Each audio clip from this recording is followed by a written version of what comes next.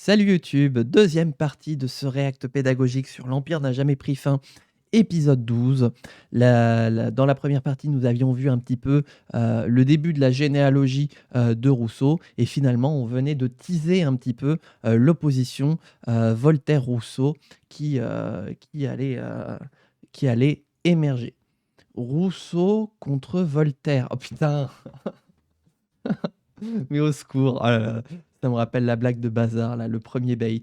Bref, YouTube, j'espère que tu passes toujours un aussi bon moment. Je vais te poser la question maintenant, vu qu'on est dans cette VOD. Comme je l'avais expliqué, c'est un test que je fais de découper les React en 2 VOD pour que ce soit plus digeste. Je t'inviterai dans les commentaires de cette VOD à me dire si tu t'y retrouves au niveau du découpage, comme ça d'avoir 2 VOD plutôt qu'une seule, ou au contraire, est-ce que tu es plus partisan d'une seule VOD unique? Voilà, je serais très heureux d'avoir ton retour sur la question. Allez, on reprend. Ah non, ça veut pas. Quelques difficultés. Les aléas du direct. D'abord, Voltaire est un homme de lettres. Il voulait être admiré comme écrivain. À 25 ans, il est devenu célèbre avec une tragédie, Oedipe, extrêmement médiocre. Et ce n'est pas seulement un théâtre super merdique, c'est aussi un poète épique nul en alexandrin. Mais à l'époque, il fait illusion. Tout le monde le respecte et même l'admire pour des vers de Mirliton qui aujourd'hui nous affligent. Ouais, mais j'aime bien les alexandrins. C'est quand même assez sympa. Ainsi Diderot, dans Le Neveu de Rameau. Un poète, c'est de Voltaire. Et puis qui encore? De Voltaire. Et le troisième, de Voltaire. Et le quatrième, de Voltaire. On leur a lavé le cerveau. Ces meilleurs textes, qui raillent l'intolérance religieuse, Voltaire les a publiés sous couvert d'anonymat. Tout le contraire de Rousseau, qui se fait un point d'honneur, s'exposer toujours directement, quitte à se mettre concrètement en danger. Il porte ses gonades. Et Voltaire est très opposé aux idées démocratiques. On dit langue de Molière, pas de Voltaire. Et toc, remonte ton slibard, Lothar. Ouais, c'est bien dit, Harry. Vas-y, arrache-lui les dents, vas-y, fais-lui payer, mets-lui la misère à Voltaire. Que défend Rousseau.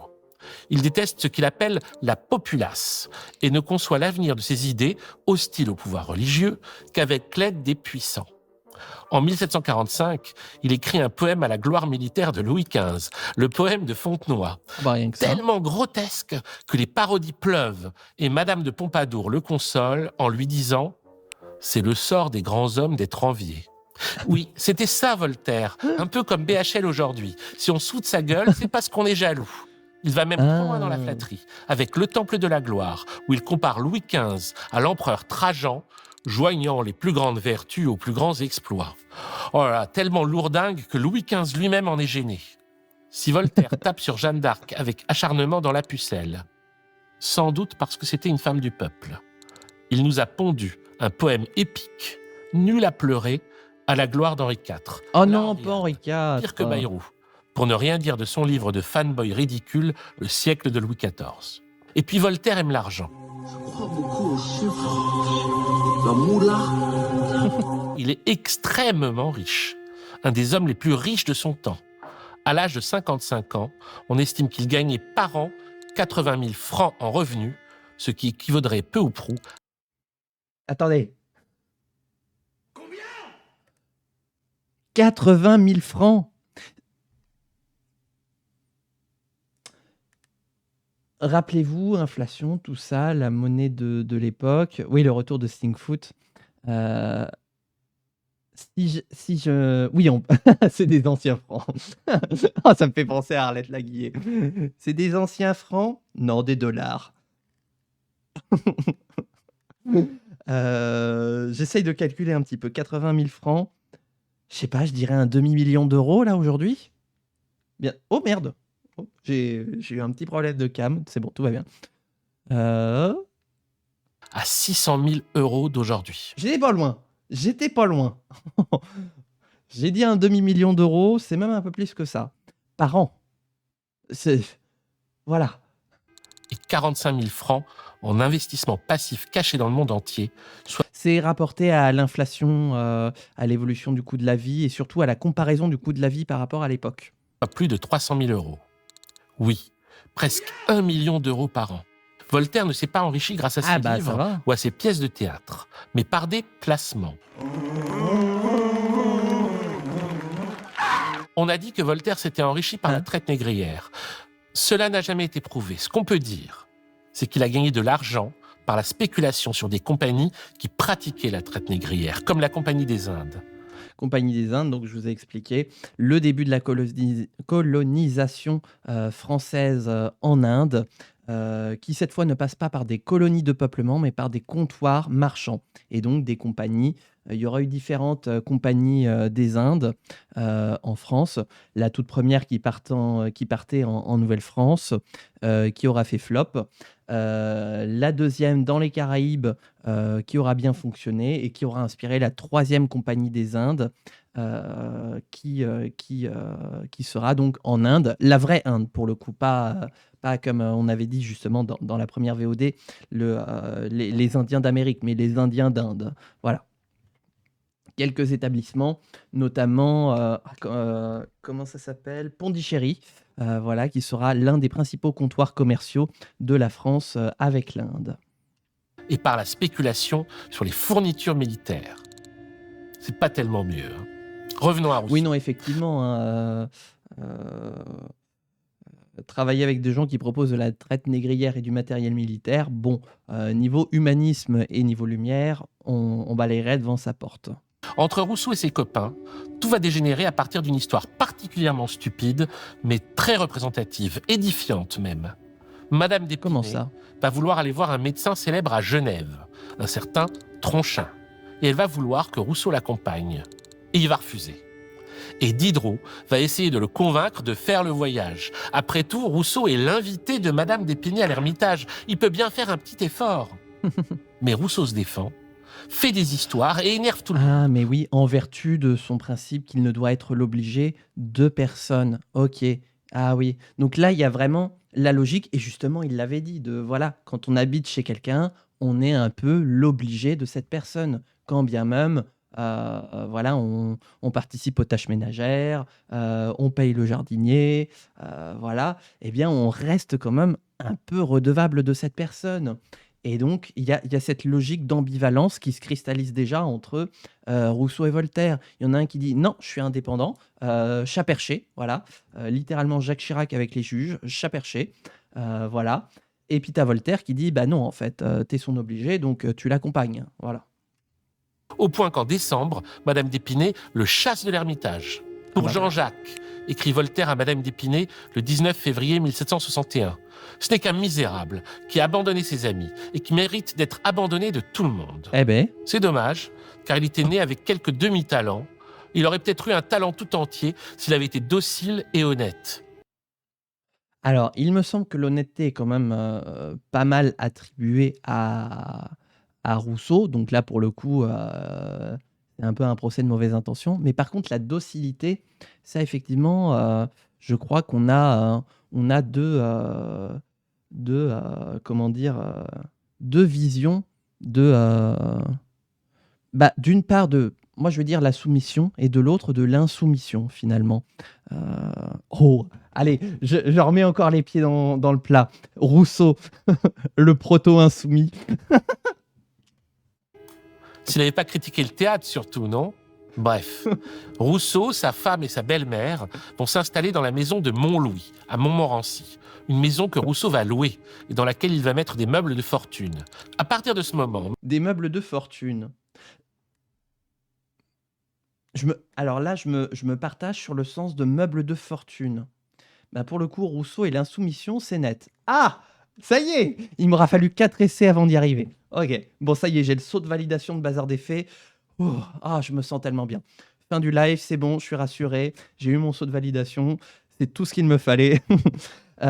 Meubles de fortune. Comment est-ce que vous comprenez ça? Parce que moi, j'ai deux sens de lecture et je voudrais bien le vôtre. Meubles de fortune, genre des meubles de récupération. D'un côté, ou meubles de fortune, des meubles où tu dépenses le PIB d'un pays juste pour avoir son tiroir. Ma personne est sacrée. Rousseau 1742. Meubles de fortune égale meubles qui coûtent une fortune. Meubles de récup, ah, vu que Rousseau, grosse inspi de Robespierre, qui est une grosse inspi de LFI. Ah. Oui, c'est vrai que Robespierre va beaucoup reprendre Rousseau dans son culte de l'être suprême. Ah oui, parce que moi, en fait, moi je mets égal / égal pour faire différent. Parce que là, en fait, tu as l'impression de faire un smiley genre mais. Le smiley mais. Et la notion de vertu. Ah oui, oui, la notion de vertu, on va en entendre parler en long, en large et en travers. Mais justement, c'est l'occasion pour moi de dire, et après on enchaîne, que c'est actuellement le dernier React pédagogique, le dernier, pardon, non, oh là là, là non, ce n'est pas fini. C'est le dernier Empire n'a jamais pris fin actuellement disponible. J'espère, je croise les doigts pour que le prochain sorte le week-end prochain, ce qui ferait qu'en fait, dans 2 semaines, au prochain live, on pourrait le faire et on entrerait dans la période révolutionnaire. Soit il sort la semaine prochaine et on pourra faire un React pédagogique et ce sera le dernier et après on passera sur un prochain en attendant sur un autre format de React pédagogique en attendant qu'il y ait la suite. Soit effectivement il sortira le week-end prochain, auquel cas on sera baisé. Donc je réfléchirai à peut-être autre chose, on fera peut-être autre chose que du Pacom, toujours du React pédagogique, mais autre chose que du Pacom en attendant la sortie, sachant que, rappelez-vous, je l'avais déjà annoncé, mais je le redis pour celles et ceux, notamment qui arrivent et qui découvrent le format. Bienvenue, installez-vous, abonnez-vous. Et pour Twitch, n'hésitez pas à sub, bien sûr. On fera, une fois qu'on sera arrivé dans la période révolutionnaire, ou du moins juste avant d'y arriver, au niveau de l'Empire n'a jamais pris fin, on se fera un React spécial, les 2 films de la Révolution française, les 2 films du bicentenaire de la Révolution, sur lequel je vais avoir tellement de choses à dire que je prévois non pas 1, non pas 2, mais bien 4 React pédagogiques pour pouvoir les faire, tellement je vais avoir de choses à dire. Voilà, donc accrochez-vous à ce que vous pouvez, parce que ce sera sympa en tout cas. N'hésitez pas à venir nous rejoindre. YouTube d'ailleurs, j'en profite et après on reprend. Si tu veux venir nous voir en live, on est en live tous les jours du lundi au vendredi de 14h à 17h30 sur des formats divers et tu retrouveras mon planning de live sur mes réseaux sociaux pour savoir quel est le format sur lequel on live. Voilà, et maintenant on reprend. Même s'il n'a pas beaucoup d'argent, plus question pour Rousseau de dépendre financièrement de qui que ce soit. Il refuse les dons. Ainsi, un certain Delille... Alors que moi, je prends les dons. Hein. Faites des dons. N'oubliez jamais. N'oubliez jamais, mais... De l'argent. Voilà. Ah, moi, je prends de la thune. Moi, je suis Team Voltaire. On prend les thunes. Je veux le million. Je veux le million par an. Inquiet de sa situation, il répond « Ouvrez votre cœur et fermez votre bourse. Voilà les amis qu'il me faut. » Ah bah moi, mon cœur est ouvert, mais ma bourse aussi. Voilà. Rousseau achève son roman d'amour. Il le publie et c'est un immense succès. Tout le monde lit Julie ou la nouvelle Héloïse. Absolument tout le monde. Ses adversaires sont fumasses. Surtout Voltaire, qui va piaffer, non seulement contre le livre, mais surtout contre son succès. J'aime bien ce mot qui va piaffer. J'aime beaucoup ce mot. Une des infamies de ce siècle est d'avoir applaudi quelque temps à ce monstrueux ouvrage. Ah, il est salé. Écrit-il à Madame du Deffand. Il est salé. Sous un nom d'emprunt, celui de son ami, le marquis de Ximenez, Voltaire va alors publier 4 lettres sur la nouvelle Héloïse. Et il les fait circuler en félicitant son ami. Ah, en fait, ok, je suis Team Voltaire parce que nous, on va faire 4 réacts pédagogiques sur les films du bicentenaire. Lui, il fait 4 lettres sur la nouvelle Héloïse. Voilà. Le format quaternaire, c'est agréable. Monsieur le marquis de Ximenez a daigné s'abaisser à couvrir de ridicule son ennuyeux et impertinent roman, écrit-il à d'Alembert le 20 avril 1761. Le procédé est à chier. Mais surtout, les arguments de Voltaire contre le roman sont tellement nuls qu'ils gênent jusqu'à ses plus fervents admirateurs. « Cela n'est pas digne de vous », lui dit d'Alembert. Pou, pou, pou. Oh la vache. Je m'attendais à ce que d'Alembert lui dise quand même « Modère tes ardeurs, Coco ». Oh la chasse qui s'est pris. Oh la vache. Il est très fleuri le discours de Pacom sur cette VOD. Bah, t'as vu d'Alembert? C'est se faire beaucoup d'illusions sur ce qui est digne de Voltaire ou pas. On va y venir. Puis Rousseau écrit successivement L'Émile, un roman-essai sur l'éducation et du contrat social qui paraissent tous les deux en 1762. C'est notamment donc les œuvres principales sur lesquelles on retiendra la postérité de Rousseau, notamment, enfin moi d'un point de vue de mes connaissances politiques, le contrat social, les principes du droit politique, Rousseau, qui va être encore une fois finalement aux prémices de la pensée sur les vertus d'un État moderne, et notamment, qui sera ensuite repris par Montesquieu aussi, mais sur le principe de séparation des pouvoirs. Euh, Pas complètement pensé par Montesquieu, qui va nous inviter à faire une distinction entre le pouvoir exécutif, le pouvoir législatif et le pouvoir judiciaire, pardon. Mais Rousseau porte les bases finalement de cette logique aussi de séparation des pouvoirs. Ils vont faire du bruit, beaucoup de bruit. L'Émile tout d'abord. L'Émile, c'est un traité d'éducation qui part de l'idée que les premiers mouvements de la nature sont toujours droits. Il n'y a point de perversité originelle dans le cœur humain. Ouais, donc il y a la L'éducation dont constance il est chez question dans le Rousseau. livre sera donc négative. L'enjeu est d'éviter de trop instruire un enfant, donc de pervertir sa nature. Ah ouais, alors j'avoue qu'au début, le théâtre, théâtre égale passivité égale aliénation, j'avais eu du mal à comprendre. Et puis finalement, le fait d'avoir la comparaison, ou plutôt l'opposition avec la fête de carnaval, m'a permis de faire sens. Là, au niveau de l'instruction, je vais avoir du mal, sans une explication extrêmement solide, à faire, à comprendre en quoi l'instruction apporte le mal aux hommes. Pour moi, je dirais même que c'est même tout l'inverse, qui est que en comprenant qui on est, avec qui on évolue et comment on se rend responsable, c'est comme ça qu'on grandit en tant qu'être humain. Et bon, c'est vrai que pour le coup, moi, je vais avoir un petit peu un parti pris. Je suis formateur.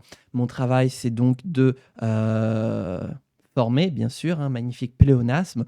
C'est de transmettre des connaissances. Enfin, d'ailleurs, pas que transmettre des connaissances. C'est transmettre.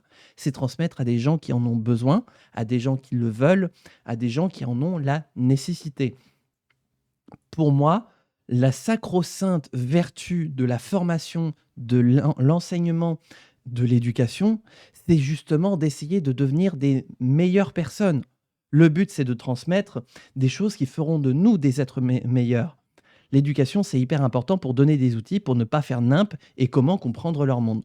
Exactement. Et donc, pour moi, le fait qu'on puisse dire que il ne faut pas trop instruire les gens, je commence à plisser des yeux. Donc, je faisais un petit peu ce laïus pour vous dire que là-dessus, mon point de vue ne sera pas impartial. Mon point de vue ne sera pas objectif. Il sera complètement subjectif, assumé, partial, qui est du parcours d'un historien, qui est du parcours d'un formateur qui croit en la vertu de l'enseignement, de l'éducation, de la formation, d'un point de vue de l'émancipation et de l'ascenseur social.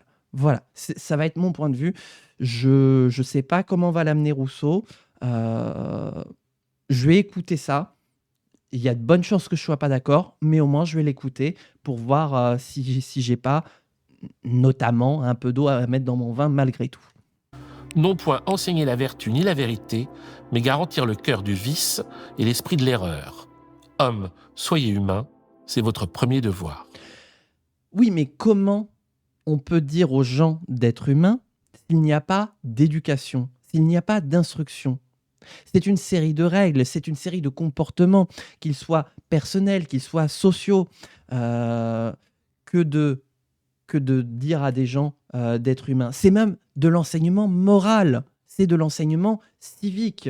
Et donc tout ça, ça passe par une éducation, une instruction, et pas un minimum qui passe par la connaissance.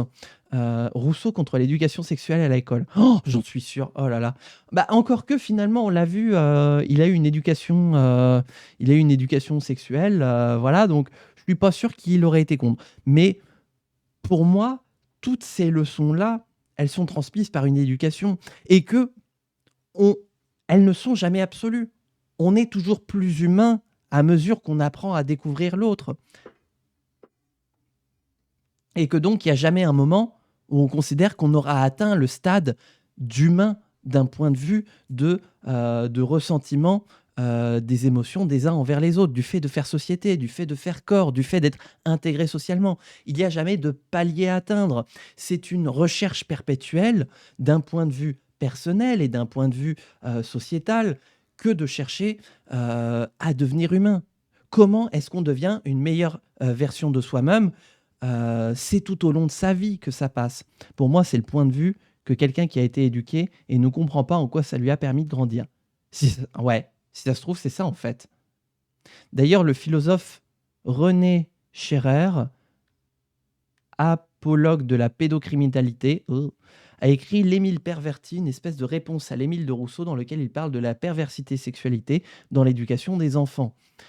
Je le vois plus comme le fait que l'éducation nous enlève notre bonté et nous rend égoïstes. La société dans laquelle on vit valorise des qualités assez égoïstes. Oui, mais ça, c'est l'éducation d'un temps donné. L'éducation, elle est le fruit pour le coup, d'orientation politique, puisque les programmes scolaires sont décidés par le ministère de l'Éducation nationale. Je peux te répondre tout l'inverse, que sous la Troisième République, quand l'instruction publique devient ministère d'État et devient le premier ministère de l'État, les moyens sont donnés pour non pas former des gens à être égoïstes, à être individualistes, bien au contraire, à former des citoyens qui soient engagés, investis et intégrés dans la Troisième République. C'est ce que je te disais, Cécile. Rousseau dit que l'éducation et la société, c'est à la fois le problème et la solution. Ouais, c'est... Non, mais comme je vous dis là, vraiment, en fait, je suis partial pour ne pas dire que ça me trigger. J'en suis pas encore au stade du trigger, mais pour moi, voilà, il n'est pas contre l'éducation, il est juste pour une éducation qui n'est pas celle de son époque. Ok, je suis un peu trigger. Oui, voilà, mais le fait d'avoir le commentaire de Bazar, encore une fois, merci à toi parce que ça nous permet de comprendre les choses de la pensée philosophique. C'est intéressant, voilà, parce que finalement, on pourrait dire aujourd'hui que moi, enfin, personnellement, je serais partant en partie pour reprendre les préceptes qui ont fait l'instruction publique de la Troisième République, les grandes heures de l'enseignement que je considère. C'est juste que voilà, Rousseau est contre une éducation et aurait souhaité celle qui ne sera pas celle de son époque. En même temps, c'est une structure qui permet à la fois l'émancipation et la soumission selon qui décide. Voilà, exactement. Et donc, en fonction des époques, le curseur est sans cesse ajusté entre émancipation et soumission. Et je dirais même qu'il n'y a pas un curseur, mais que sur plein d'aspects, on change le curseur. Parce que ça peut être, si on reprend l'école de la Troisième République, aura mis le curseur un peu plus sur la soumission vis-à-vis de la Troisième République en tant que république qui vient de naître et qui veut intégrer l'ensemble de ses citoyens. À l'inverse, on est sur un curseur qui va complètement du côté de l'émancipation d'un point de vue de l'Église, puisque l'éducation nationale, l'instruction publique sous la Troisième République, est créée pour qu'on arrête de laisser l'enseignement en compétences propres à l'Église, pour que ce soit l'État qui s'en charge et qui se charge de l'instruction de l'ensemble des enfants de la République. Donc, je dirais qu'à chaque fois, c'est en fonction d'un point de vue de certains points qu'on ajusterait ce curseur entre émancipation et soumission. Charge à nous de voir si ça nous correspond ou pas, si ça nous convient, et que donc, qu'est-ce qu'on aimerait renforcer ou affaiblir à l'inverse. Mais voilà, encore une fois, on est sur... j'avais peur, je ne vais pas vous mentir, j'avais peur pour ce réacte pédagogique d'être un petit peu justement spectateur, d'être passif un peu avec vous devant des préceptes philosophiques sur lesquels je n'aurais rien compris. Là, on est en train d'échanger et je trouve ça réellement passionnant d'opposer voilà, des concepts philosophiques, des concepts qui vont nous toucher parfois personnellement et de réfléchir. Et toujours, moi, dans cet objectif que j'ai d'ouvrir mon horizon, d'essayer de comprendre comment pensent les gens, parce que mon but, ce n'est pas de faire du prosélytisme pour ma façon de penser, J'ai ma façon de penser, vous avez le droit d'avoir la vôtre et vous avez le droit au respect autant que j'ai le droit au respect. En plus, pour une fois, je découvre l'épisode avec toi. Ah oui, c'est vrai que tu es souvent en team rediff, mais du coup, ouais, c'est intéressant. Donc du coup, tu pourras react à toi-même dans les commentaires de la VOD quand elle sortira. Incroyable! Alors en fait, je trouve que ce que dit Lady Croctune à 25 minutes 10, la semaine prochaine, un react philo avec Bazar. Oh! Ah bah alors la semaine prochaine, elle sera pas là, Bazar, mais n'empêche que une espèce de discussion philosophique comme ça, avec un Branque, en ma personne, ça pourrait être intéressant. Comment est-ce que, on démocratise la philosophie? Voilà, on pourrait discuter de concepts philosophiques, de voir comment est-ce que le commun des mortels le pense au quotidien et comment est-ce qu'on le popularise au-delà effectivement des cours de philo, qu'on a. Je sais pas si toi, Bazar, ça t'intéresserait ce genre enfin de format live. On a déjà travaillé ensemble avec euh, le débrief littéraire et je me dis ouais à réfléchir, mais voilà, faudrait qu'on réfléchisse à comment est-ce qu'on structure le format, mais je trouve ça intéressant. Rien que le fait de toutes les questions que m'ont posées ces 33 minutes 50 d'Empire n'a jamais pris fin, je me dis que ouais, j'ai de nouveau un début d'appétence pour la philosophie. Oui, parce que déjà, juste dans le chat, elle est hyper intéressante. Et alors, encore une fois, je vais faire sa pub pour le format Let's Read and Play, je vais y arriver, de Gramsci et les monstres. Mais la façon qu'elle a de faire de la pédagogie sur Gramsci est véritablement intéressant. La pensée, la pensée gramscienne est très intéressante à lire et surtout avec ces exemples de vulgarisation qu'elle fait, qui permettent de conscientiser ce que des fois il explique sur des phrases un petit peu qu'on pourrait avoir du mal à comprendre au bout de la première, deuxième, troisième, quatrième lecture. Là, au moins, on a le descriptif plus un exemple qui vulgarise pour qu'on puisse bien comprendre ce qu'il en est et émettre un avis. Donc moi, je me dis, peut y avoir que du positif. Moi, j'aime quand elle insulte les gens ou qu'elle résume violemment les textes. Mais oui, et c'est drôle aussi, justement.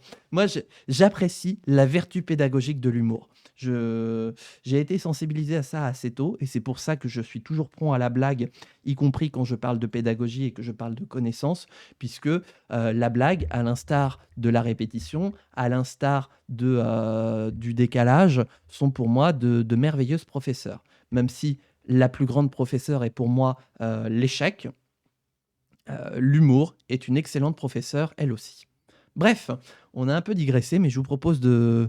Bah, en fait, ça permet de se canaliser le trigger pour se recentrer donc, sur la parole de Rousseau. Il faut apprendre à Émile à ne pas dénigrer les humbles, ne pas se croire au-dessus du peuple. C'est le peuple qui compose le genre humain. Ce qui n'est pas peuple est si peu de choses que ce n'est pas la peine de le compter. Et surtout, Émile ne doit pas croire qu'on peut juger des actes d'un homme indépendamment de ses origines sociales. Il faut étudier la société par les hommes et les hommes par la société. Ceux qui voudront traiter séparément la politique et la morale n'entendront jamais rien à aucune des deux. Eh bah voilà, proto-insoumis, proto-sociologue, mais décidément, il est proto-tout. Mais voilà, exactement, et Eric, il le dit en même temps aussi. Voilà, le proto-sociologue. C'est fou, hein. Oh là là, il est proto-tout. Vraiment, hein. Pour moi, Rousseau est proto-tout. Dès qu'il y a un truc, c'est Rousseau. Plus étrange, il y a quelques... Bien sûr, ce qui veut dire que comme il est proto-tout, ça veut dire que dans l'exégèse de Rousseau, il n'y a rien avant Rousseau. Au début, il y avait les ténèbres, puis Rousseau est arrivé et il nous a apporté la lumière. lignes dans l'Émile qui semblent annoncer la révolution. Ah, Je tiens pour impossible que les grandes monarchies de l'Europe aient encore longtemps à durer. Nous approchons de l'état de crise et du siècle des révolutions. oh, là, l'historien que je suis grince des dents. Parce que c'est facile de prendre le... Voilà, de prendre le point de vue téléologique, de dire, bah voilà, il y a eu la Révolution française, donc il a raison. Mais je peux prendre l'effet inverse, de dire que il y a toujours une monarchie britannique, qu'il y a toujours une monarchie espagnole, voilà, et que donc finalement, il avait tort. Voilà, donc c'est facile d'isoler, encore une fois, les textes et de leur proto-Emmanuel Todd. Ça me parle, Emmanuel Todd, c'est qui ce Gus? Ah, je connais ce nom, mais je ne sais plus à quoi il renvoie. Mais du coup, c'est facile d'extrapoler des fragments de texte et de les ressortir au moment où se produisent des choses. On est en 313 après Rousseau. C'est un peu de mauvaise foi ce que tu dis, mais là, je vais bouger. Je vous écoute sur mon tel. Comment ça, c'est de mauvaise foi? Qu'est-ce qui est de mauvaise foi? L'aspect théologique, l'aspect sociologique, l'aspect anthropologue, parce qu'on a dit tellement de choses. Mais du coup, elle drop ça et elle se barre. Mais oui, en plus, oh la vilaine. Qu'est-ce que je veux dire? Oui, c'est facile en fait d'extrapoler un fragment de texte comme ça et de le mettre devant le fait historique accompli. J'imagine que Rousseau, bien sûr, réfléchit à tout ça et qu'il balance pas ça en disant ah bah moi, c'est facile, on est en stream. Je prédis une révolution. Voilà. Je prédis que les sociétés contemporaines ne vont pas durer encore longtemps et qu'il y aura bientôt des révolutions. On peut le dire. Si ça marche, effectivement, je serai érigé au rang d'une sacro-sainte figure historique qui avait raison sur toute la ligne. Si ça ne marche pas, on ne ressortira pas ce morceau de texte. Donc tout ça pour dire que ce morceau de texte, on le ressort parce qu'il y a eu la Révolution française. Il avait prédit la chute de l'URSS dans les années 70. Ah, le biais du survivant.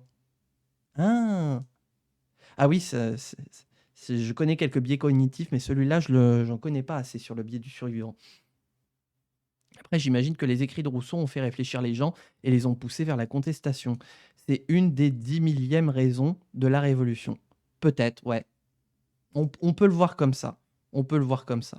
Non pas pour dire que il a fait son oracle, qu'il a sorti sa boule de cristal, voilà, et puis qu'il y avait une chance sur 10 000 que ça se réalise, mais que on ressort ces textes parce qu'une révolution a eu lieu.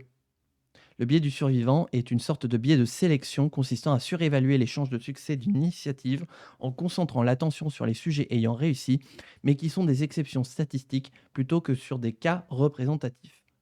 Ok, c'est très éclairant. L'Émile contient également une sorte d'écrit intercalé au milieu du livre et qui est un long exposé des idées religieuses de Rousseau. C'est la profession de foi du vicaire savoyard. Dans cette profession de foi, Rousseau rejette les dogmes du péché originel et de l'éternité de l'enfer. C'est dans vos cœurs insatiables, rongés d'envie, d'avarice et d'ambition, qu'au sein de vos fausses prospérités, les passions vengeresses punissent vos forfaits. Qu'est-il besoin d'aller chercher l'enfer dans l'autre vie? Il est dès celle-ci, dans le cœur des méchants. Oui, finalement, j'allais dire un truc comme ça, oui. Pas la peine d'aller chercher l'enfer dans un autre monde. Il peut s'incarner sur Terre assez fréquemment, hein, voilà. Cependant, Rousseau affirme l'existence de Dieu et l'immortalité de l'âme, et il fait l'éloge de la parole de Jésus et de l'Évangile, qu'il considère comme divin. Vous voyez je sens venir le parallèle, Rousseau égale 100 rois. Les livres des philosophes, avec toute leur pompe, qu'ils sont petits près de celui-là. Se peut-il qu'un livre à la fois si sublime et si simple soit l'ouvrage des hommes? Mais il en recommande la lecture indépendamment de toute inscription religieuse. C'est avoir une vanité bien folle de s'imaginer que Dieu prenne un si grand intérêt à la forme de l'habit du prêtre, à l'ordre des mots qu'il prononce, aux gestes qu'il fait à l'autel et à toutes ses génuflexions. À l'archevêque de Paris, qui condamne par mandement les idées religieuses contenues dans l'Émile, Rousseau répond par une lettre extraordinaire qui déplaira autant aux protestants de Genève qu'aux catholiques de France. Ah bah. Je cite Rousseau. En fait, il met tout le monde d'accord contre lui. Ce qui est quand même un exploit d'arriver à fédérer tout le monde contre lui. Et surtout de quand même rester dans le game finalement. Donc il y a quand même un sacré exploit de la part de Rousseau. Monseigneur, je suis chrétien et sincèrement chrétien, non comme un disciple des prêtres, mais comme un disciple de Jésus-Christ. Jean-Jacques Rousseau est un authentique porte-parole des 100 rois. Yes! Le premier, depuis ceux que les chrétiens ont appelés cathares. Le deuxième livre publié en... Putain, on aurait dû parier des subs, je serais millionnaire. On aurait dû parier des subs. Oh là là là là. 1762 du contrat social vise à fonder autrement à la fois le droit politique et l'État. Rousseau y parle de contrat pour souligner le fait que le pouvoir légitime pour gouverner ne peut se fonder ni sur un titre divin, ni sur un droit naturel, mais sur le consentement des gouvernés. Un consentement ratifié ou autorisé. Ah oui, oui, oui, oui. Toute loi que le peuple en personne n'a pas ratifiée est nulle, ce n'est point une loi. Oui, La avec le démocratie. contrat social, Rousseau affirme la souveraineté du peuple et la nécessité de la démocratie. Une démocratie directe. Correct. Se contenter de voter pour un représentant, c'est disposer d'une souveraineté qui n'est qu'intermittente. Je cite Rousseau. Les députés du peuple ne sont donc ni ne peuvent être ses représentants. Rousseau ne contracte pas. Bah, est-ce qu'il a écrit son nom en minuscule? À cause de Rousseau, ah bah Ah, Croque-Tunéry, vous avez négocié ensemble, hein, vous vous êtes mis d'accord. Ils ne sont que ses commissaires. Ils ne peuvent rien conclure définitivement. Ça me fait penser à une vidéo d'ailleurs du Diable Positif que j'ai vue il y a quelques temps sur la démocratie justement, qui consiste à dire que la démocratie, c'est le pouvoir du peuple par essence, et non pas le pouvoir délégué du peuple, puisque ça, on appelle ça une oligarchie, puisque ce n'est pas le peuple qui a le pouvoir quand il élit ses représentants, mais bien les représentants qui sont élus, peu importe leur nombre. Et ce qui consisterait à dire que notre République actuellement, la cinquième, serait une oligarchie, puisque le pouvoir n'est pas détenu par le peuple qui l'exerce et qui vote directement les lois, mais bien les représentants qui votent les lois. La seule exception où on pourrait se considérer en démocratie, c'est quand il y a un référendum et qu'on est amené à trancher sur une loi. Oui, on appelle ça une démocratie représentative, mais finalement, le vrai terme, c'est une oligarchie, puisque c'est un groupe de personnes, une minorité, qui détient le pouvoir. On s'en rendrait compte, les décideurs ne veulent pas nos opinions. Les décideurs! Ça te va, les décideurs? Tiens, on faisait une blague sur « je contracte pas ». Bah voilà, je fais mon autre blague. Mais les référendums ne sont pas respectés. Bah, le problème, ce serait réellement de la démocratie directe si les référendums étaient valeur de loi. Et du coup, ouais, c'était très instructif. Ça m'a moi-même permis de mettre de l'eau dans mon vin, encore une fois, puisque avant ça, j'aurais dit, mais bien sûr qu'on est en démocratie, on a le droit de vote, voilà, et tout. Et en fait, non, on est plus dans une oligarchie, un régime dans lequel nous avons délégué notre pouvoir de décision à une minorité qui prend des décisions pour nous, contre nous, ça dépend de votre point de vue. Mais donc, du coup, ce n'est pas une démocratie, puisque la véritable démocratie, elle serait par essence, du moins, en fait, la véritable démocratie, elle ne s'atteint pas. C'est comme l'infini, mais on s'en rapproche à mesure qu'elle est de plus en plus directe, à mesure que nous, citoyens, qui sommes membres de la société française, votons sur les lois. Même pas des députés tirés au sort, parce que ce serait encore une oligarchie tirée au sort. D'ailleurs, c'est littéralement le fonctionnement de la démocratie athénienne, où les charges étaient réparties entre les citoyens, elles étaient tirées au sort. Elles n'étaient pas, on ne se présentait pas à une élection pour occuper une charge athénienne, on était tiré au sort parmi les réunions de l'Assemblée. Une véritable démocratie, ce serait sur chaque projet de loi, littéralement, prenons n'importe quelle loi actuellement en discussion au Parlement, ce serait une loi sur laquelle 66 millions de Français voteraient pour ou contre à chaque fois, pour chaque article, pour chaque amendement, pour chaque projet de loi. Et ça, on se rapprocherait de la démocratie directe. Une démocratie directe pure ne peut exister que dans des groupes de sociétés petits. Exactement. C'était justement une des conclusions de cette vidéo, qui était de dire que déjà, rien qu'à l'échelle de la société athénienne, ça ne fonctionnait pas, puisque c'était déjà trop large pour être appliqué, mais ça peut exister au sein d'un microcosme. Et que donc, plus c'est petit, plus on peut,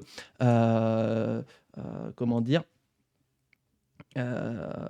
s'approcher de la démocratie directe. Les associations, par exemple, peuvent être des exemples qui se rapprochent de démocratie directe, puisque à l'intérieur, normalement, hein, si vous l'avez mis en place, euh, ce sont les adhérents, les participants qui prennent les décisions. euh, et encore que, on peut même le nuancer, puisque à l'intérieur, il y a quand même un bureau. Il y a un ou une présidente, un ou une trésorier, un ou une secrétaire. Voilà, puisque les statuts dans la société française prévoient que les associations doivent avoir un bureau, des représentants, et donc, malgré tout, il y a quand même un petit élément d'oligarchie. Mais le fait est que dans les associations, dans les partis politiques, par exemple, avec un congrès, citons à tout hasard le congrès du Parti socialiste, dont on entend actuellement parler en long, en large et en travers en ce moment, eh bien, à ce moment-là, les adhérents sont invités à voter pour la vision du parti. Donc, juste à ce moment-là, il y a un exemple de démocratie directe. Voilà, on a un peu digressé, mais c'était très intéressant, voilà, de disserter de démocratie. Donc, c'est pas un gros mot de dire qu'actuellement nous sommes en oligarchie. C'est tout simplement un fait de dire que oui, nous avons consenti à donner notre pouvoir de décision à une minorité de gens qui sont dépositaires de notre suffrage. Voilà. Mais nous ne sommes pas en démocratie puisque nous ne votons pas sur chaque projet de loi actuellement soumis au débat dans nos institutions. Voilà. Rousseau développe également dans le contrat social un concept central de sa philosophie, souvent caricaturé ou mal compris, celui de vertu. Ah, Ce la que vertu. Rousseau appelle vertu consiste dans l'effort de conformité entre la volonté particulière et la volonté générale. Pour Rousseau, la volonté générale tend toujours vers le bien commun. La Ouais. corruption apparaît lorsque les intérêts particuliers Oui. se réunissent contre l'intérêt général. Finalement, oh là, ouais, ça date de quand ça? Oh, ça doit être vieux. Euh, Finalement, j'ai les doctrines de Rousseau assez ancrées dans mon corps, puisque tout ça, j'aurais pu vous le réciter avant d'entendre ces paroles. Voilà. Le, le, le, le, le bien se décide par l'intérêt général et au contraire, la corruption apparaît là où triomphent les intérêts particuliers. La démocratie s'est trouvée fortifiée et raffermie lorsqu'elle ne s'est plus posé la question de la vertu. Rousseau dit dans le contrat C'est social sceptique. que la volonté générale est toujours droite, étant toujours à l'utilité publique. Mais il ne s'ensuit pas que les délibérations du peuple aient toujours la même rectitude. Rien n'est plus dangereux que l'influence des intérêts privés dans les affaires publiques. À plusieurs reprises, Simone Veil fera l'éloge de Ah, Rousseau. coucou Simone. Quel- Oh non, parce qu'on a toujours le caméo Simone Veil, le caméo Jules Michelet. Est-ce qu'on va avoir un caméo Bainville? Oh non, pitié, non. Un épisode pour une fois sans Bainville, s'il vous plaît. Considéré, à la différence de Diderot et de Voltaire, comme un esprit lucide, puissant et d'inspiration vraiment chrétienne. Simone Veil pensait surtout au contrat social. En 1940, dans un texte nommé « Note sur la suppression générale des partis politiques », elle écrit Quelques chapitres mis à part, peu de livres sont beaux, forts, lucides et clairs comme le contrat social. On dit que peu de livres ont eu autant d'influence. Mais en fait, tout s'est passé et se passe encore comme s'il n'avait jamais été lu. Rousseau partait de deux évidences. L'une, que la raison discerne et choisit la justice et l'utilité innocente, et que tout crime a pour mobile la passion. L'autre, que la raison est identique chez tous les hommes, au lieu que les passions, le plus souvent, diffèrent. Par suite, si sur un problème général, chacun réfléchit tout seul et exprime une opinion, et si ensuite les opinions sont comparées entre elles, probablement elles coïncideront par la partie juste et raisonnable de chacune et différeront par les injustices et les erreurs. La vérité est une, la justice est une, les erreurs et les injustices sont indéfiniment variables. Ainsi les hommes convergent dans le juste et le vrai, au lieu que le mensonge et le crime les font indéfiniment diverger. Il est tout à fait évident que le raisonnement de Rousseau tombe dès qu'il y a passion collective. Rousseau le savait bien. Intéressant. Bah oui, parce que si on part du principe que la volonté générale, c'est le bien, Bah, en fait, non. La volonté générale peut être manipulée et faillir justement. Heu, à partir du moment où justement il y a un instrument de propagande assez puissant, la volonté générale peut faillir. Voilà, l'émergence du nazisme, qui est littéralement un exemple de faillite de la volonté générale, où on fait passer comme bien commun, heu heu les solutions du nazisme pour au final que ça ne soit que le triomphe des intérêts particuliers. L'histoire avait besoin d'un homme fort, ainsi vint Voltaire, un héros poussé par le peuple qui demandait un guide. Est-ce que c'est vraiment ce qu'a écrit Bainville ou est-ce que tu imagines, est-ce que tu fais une sorte de proto-exégèse? Ah d'accord, voilà, elle a fait une proto-exégèse. Manipuler contre un ennemi, genre un ennemi intérieur. Par exemple, voilà, je voulais éviter de sortir les sujets assez contemporains, mais c'est aussi ceux que j'avais en tête. Je restais dans ma casquette d'historien. Mais voilà, effectivement, manipuler l'opinion pour faire croire qu'il y a un ennemi intérieur et donc le liguer l'opinion contre lui fait au final passer un intérêt particulier pour le bien commun. Hitler n'a pas été élu démocratiquement. Comment ça? Parce que moi, je te sors le résultat des élections de 1936. 1933, pardon. Oula. Ah bah 1936 était bien aussi. Mais enfin, il est d'un point de vue médiatique, pour moi, je le considère comme cette idée qu'on a imposé l'idée que ce serait le bien collectif. Hitler avait fait une alliance avec la droite allemande, tout à fait. Oui, parce qu'il était en majorité relative et du coup, il s'est allié à la droite qui voyait en Hitler la capacité d'en faire un petit pantin docile qui exécuterait leurs ordres. Et au final, bah, ils se sont tous fait berner. Voilà. Alors qu'ils ne sont pas suisses. Si on ne vit pas en démocratie, il ne peut être élu démocratiquement. Justement, regarde les élections. Parce qu'effectivement, en tant que tel, Hitler n'est pas élu. Il est nommé chancelier. Pour autant, hop, attends, parce que là, tu me mets le doute.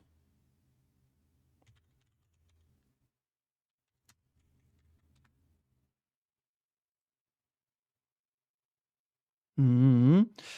Euh, Donc le Parti national-socialiste, 43,91% des voix, 288 sièges. Ensuite, c'est le Parti social-démocrate, 18,25% des voix. Bah, attendez, je vais vous mettre, toc, voilà.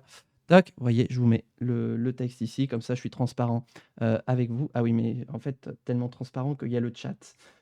Tac, voilà.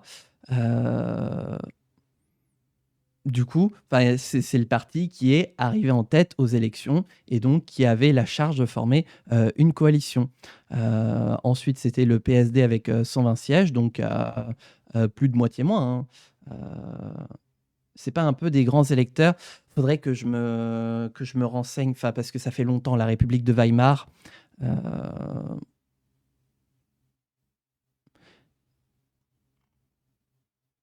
hum, hum. Dernière consultation électorale pluraliste en Allemagne. Nanana, répression des partis de gauche. Les nazis sont déjà au pouvoir. L'incendie du Reichstag. Nanana, parti nazi. Bon, c'est bien, on a complètement digressé, mais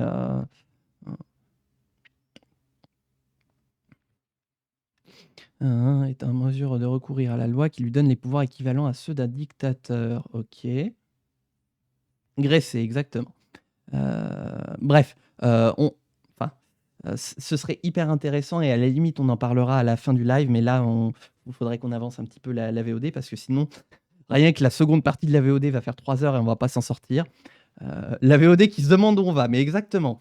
On est en train de faire une Voltaire. La fin à 17h30. Oui, 17h30. Quand je dis 17h30, oups, j'ai oublié de. Pardon. Tac. Quand je dis 17h30, c'est l'heure prévisuelle, prévisionnelle, prévisionnelle de fin de live. C'est rarement respecté. On finit souvent plus tôt ou plus tard. Voilà. Rousseau le savait si bien, du reste, qu'il voulait réécrire le contrat social. Il estimait qu'il n'avait pas réussi à y décrire ce qui permettait la victoire de la volonté générale face à la somme des égoïsmes individuels excités par les passions collectives. Ça, c'est intéressant. Voilà, le fait que et ça, c'est quelque chose que moi j'essaye d'incarner au quotidien. C'est de quand je dis des choses, quand j'écris, quand j'émets des opinions, j'essaye toujours d'entendre ce que les autres ont à dire en face pour pouvoir, comme je le dis régulièrement, mettre de l'eau dans mon vin, changer mon point de vue, essayer qu'il soit le plus pas objectif, mais qui prenne en compte le plus d'éléments factuels en compte. Oui, bah, c'est la définition d'objectif, hein. Nuancé, voilà. Voilà. Et donc, du coup, c'est intéressant voilà, que Rousseau prenne en compte les remarques. Je n'en attendais finalement pas moins de lui, pour vouloir même réécrire le contrat social, pour dire, voilà, en fait, ma pensée telle que je l'ai exprimée. Et de toute façon, c'est le principe de la communication d'une manière générale. Quelque chose que j'ai appris en étant formateur, c'est que quand vous pensez à une idée à l'intérieur, le temps de l'énoncer dans son cerveau, de la dire, qu'elle soit transmise par les faisceaux de communication, qu'elle soit ensuite enregistrée par l'auditeur, qu'elle soit ensuite interprétée par son cerveau et ensuite qu'elle soit retenue, eh bien 90% du contenu est perdu.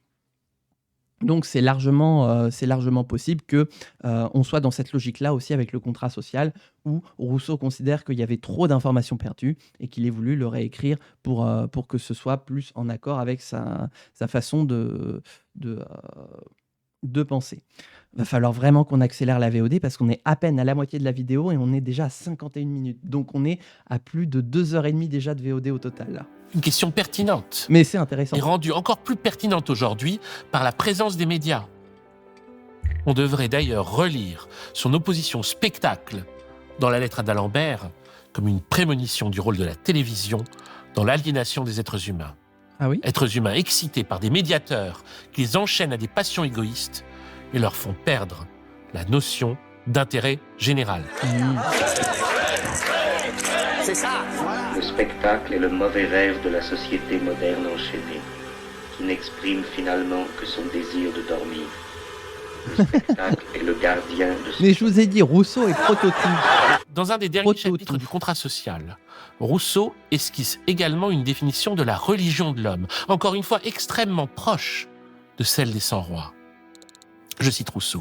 « Sans temple, sans autel, sans rite, Ah oui, effectivement. borné au culte purement intérieur du Dieu suprême et aux devoirs éternels de la morale. » Non, mais du coup, je comprends parce que j'ai pas étudié Rousseau, j'ai beaucoup étudié Robespierre et je comprends comment Robespierre va en arriver au culte de l'être suprême. Effectivement, vu à quel point il a été influencé par Rousseau, oui, parce qu'on retrouve des idées du culte de l'être suprême, déjà rien qu'avec ces quelques lignes ici présentes. Pure et simple religion de l'Évangile. Par cette religion sainte, sublime, véritable, les hommes, enfants du même Dieu, se reconnaissent tous pour frères et la société qui les unit ne se dissout pas même à la mort. Sans surprise. Eh ben, comment résumer le culte de l'être suprême ? Grosso modo, c'est, comme l'a fait Rousseau, en fait, une tentative de, non pas d'athéisation de la République française, mais comment on appelle ça ?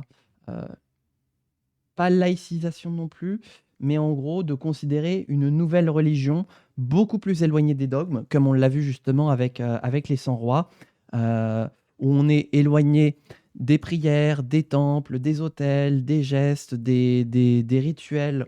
On est vraiment dans une relation très personnelle et intérieure avec l'être suprême. Et en fait, finalement, ça va, comme avec la parole de Jésus, anticlérical, oui, voilà. Encore que, parce qu'il y avait non pas un clergé de l'être suprême qui s'est constitué, mais ça commençait à prendre la forme de dogme. Mais voilà, en fait, on est sur une spiritualité différente qui veut se différer du protestantisme, du catholicisme, même du réformisme, et des autres religions d'ailleurs, mais qui reprend quelques préceptes et qui place l'individu séculaire Peut-être. J'avoue que j'ai du mal à mettre des mots sur séculaire, mais pourquoi pas. Euh, Voilà. Donc c'est la base du dogme du culte de l'être suprême finalement. On est beaucoup dans la doctrine des 100 rois. Et finalement, son orchestration aura été, à l'instar de la religion chrétienne qui se sera constituée, orientée autour de rites, d'autels dédiés au culte de l'être suprême, etc. Donc qui va reprendre la forme d'une nouvelle religion. Et c'est justement parce que, d'une part, il ne fera pas beaucoup d'émules et parce que Robespierre s'y mettra à fond dedans, qu'il sera finalement ridiculisé euh, parce que la parole a été détournée.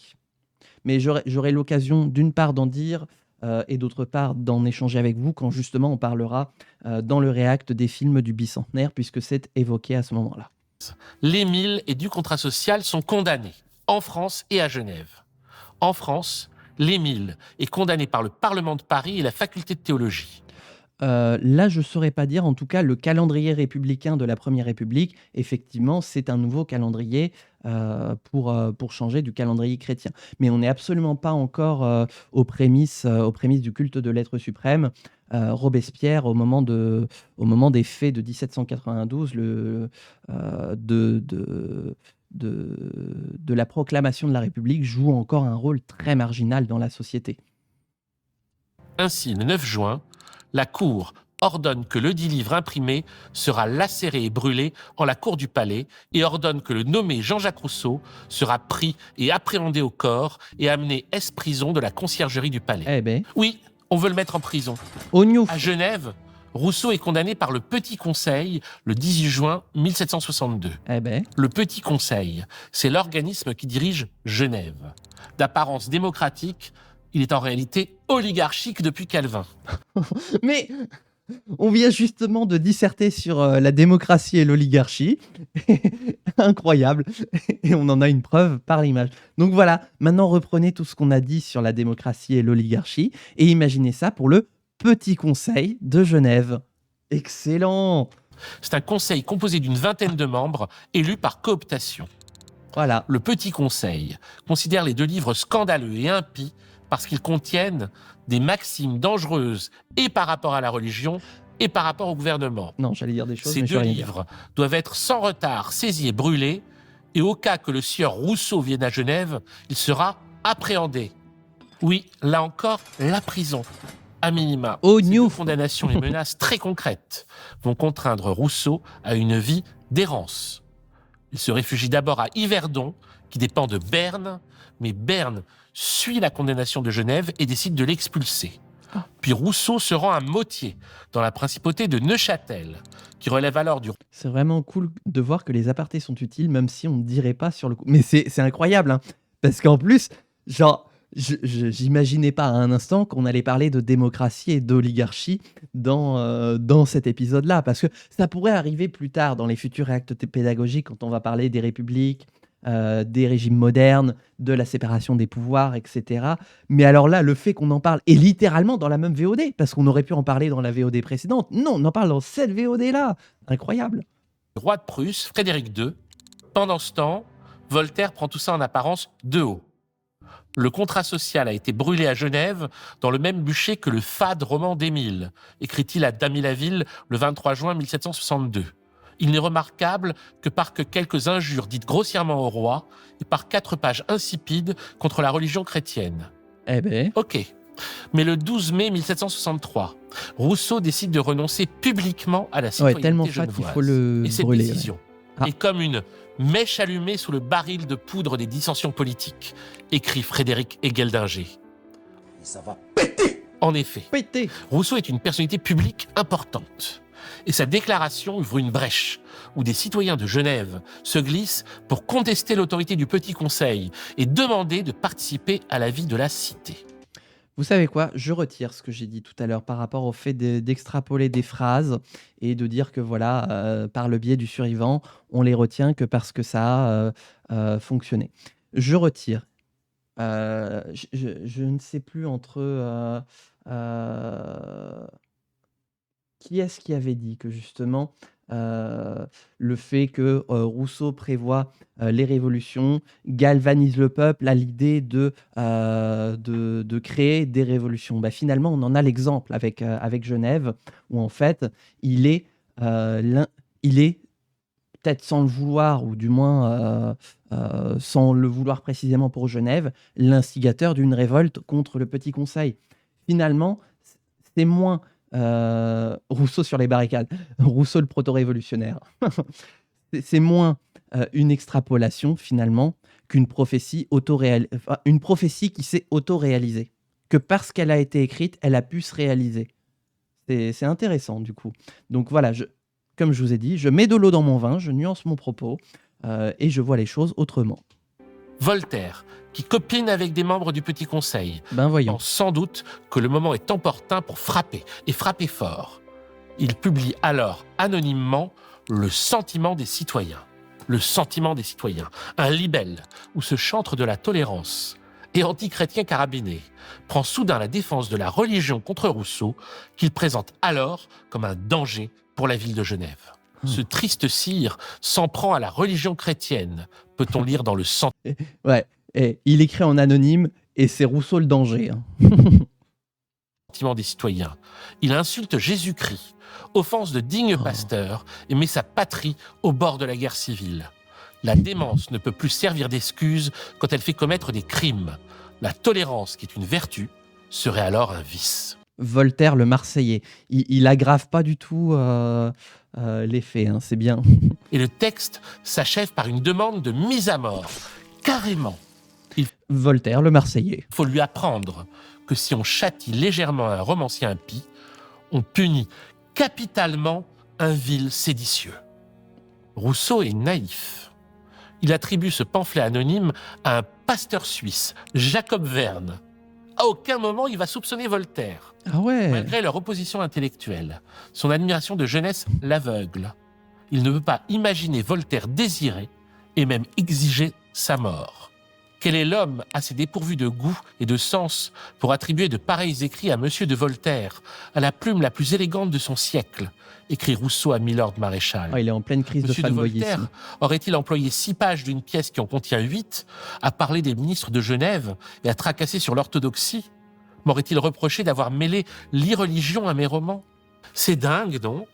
Certains ont dit que Rousseau est alors ironique et qu'il sait très bien qu'il s'agit de Voltaire. Je ne le crois absolument pas. Moi non plus, au contraire. Je suis vraiment partisan de l'idée que normalement, tout être sensé qui reçoit justement une éducation, rapport à ce qu'on disait tout à l'heure, au contraire, prend conscience de la responsabilité de ses actes et de ses paroles. Et que donc, appeler à tuer quelqu'un, c'est très lourd de conséquences.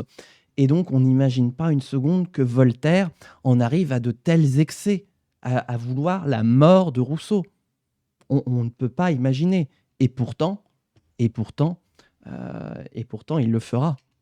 Tout d'abord parce que Rousseau, à la différence de Voltaire, ne pratique pas l'ironie, c'est pas son truc. Ah bah en plus. Mais surtout, parce qu'il ne va pas en démordre jusqu'à la fin de sa vie. Je pense que Rousseau ne pouvait pas imaginer qu'un antichrétien comme Voltaire lui reproche de ne pas respecter la religion.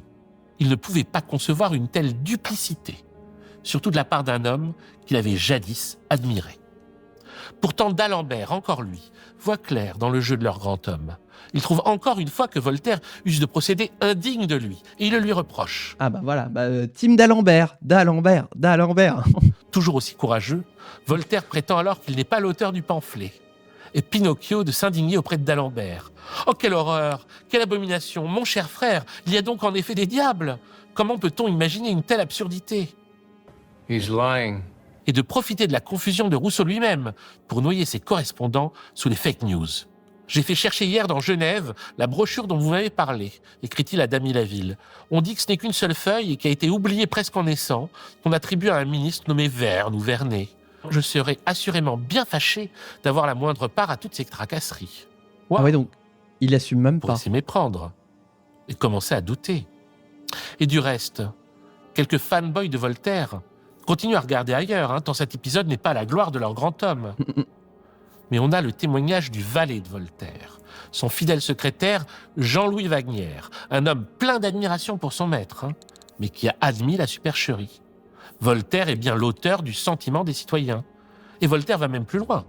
Il adresse aux membres du Petit Conseil une note confidentielle qui leur propose une ligne de conduite à utiliser contre Rousseau. Dans celle-ci, il leur dresse la liste des principaux écrits de Rousseau susceptibles de condamnation en hérésie. Ah, Alors ça, carrément. c'est en privé, et même en cachette. Oups. En public, dans une lettre à Madame de Luxembourg, il prend un tout autre ton. Je n'ai jamais parlé de M. Rousseau pour le plaindre. Je fus très fâché que M. le marquis de Ximenez lui tournait en ridicule. Non, ça aussi c'était toi en fait. On voit des protos gros tout mytho. partout. Pauvre Rousseau, qui va croire Voltaire innocent de telles horreurs. Pauvre Rousseau, pour qui les choses ne vont pas s'arranger surtout. Le 1er septembre, le pasteur de Motier prononce au temple un sermon contre lui qui excite les villageois. Résultat, les villageois de Motier disposent sur le seuil de sa porte de herses surmontées d'une grosse pierre, de sorte que la pierre tombe sur Rousseau et le tue. Des What? faucheurs le menacent au fusil. On lapide sa maison. Pendant qu'il dort, on brise ses vitres par des jets de... Oh, incroyable! Hugo qui raid avec 104 personnes. Bienvenue, bienvenue à vous toutes et tous. Installez-vous, bienvenue sur ce format du React pédagogique. Aujourd'hui, on fait de la pédagogie, on réagit à l'Empire n'a jamais pris fin de Blast. Bienvenue à toutes celles et ceux. Qu'est-ce que vous faisiez chez Hugo Faut bien que je rende l'appareil de temps en temps. Eh bien, c'est très agréable. Qu'est-ce que vous faisiez du coup aujourd'hui? Tragique. N'hésitez pas du coup, bien sûr, à follow la chaîne. Ici, nous faisons de la politique, de la pédagogie et du gaming. Commissariat fin de vie. Loi fin de vie adoptée? Quoi, déjà la loi fin de vie? Ah, la commission sur la fin de vie. Ok, d'accord, intéressant. Ah ouais, ok. Ah oui, donc ça avance vite, ça. En commission, ok. J'ai aucune idée de ce qu'on faisait, il fallait suivre. Oh. Bon voilà, n'hésitez pas à follow la chaîne. Merci à vous toutes et tous. Donc aujourd'hui, on est sur le React pédagogique. On réagit à l'Empire n'a jamais pris fin de Blast, animé par Pacom Thiemman, un format dans lequel il réalise l'exégèse de l'histoire de France et auquel moi j'apporte quelques lumières en tant que maître historien. Voilà, donc là on était en train de parler de Rousseau et de son opposition à Voltaire, et on voyait que ça prenait un tour assez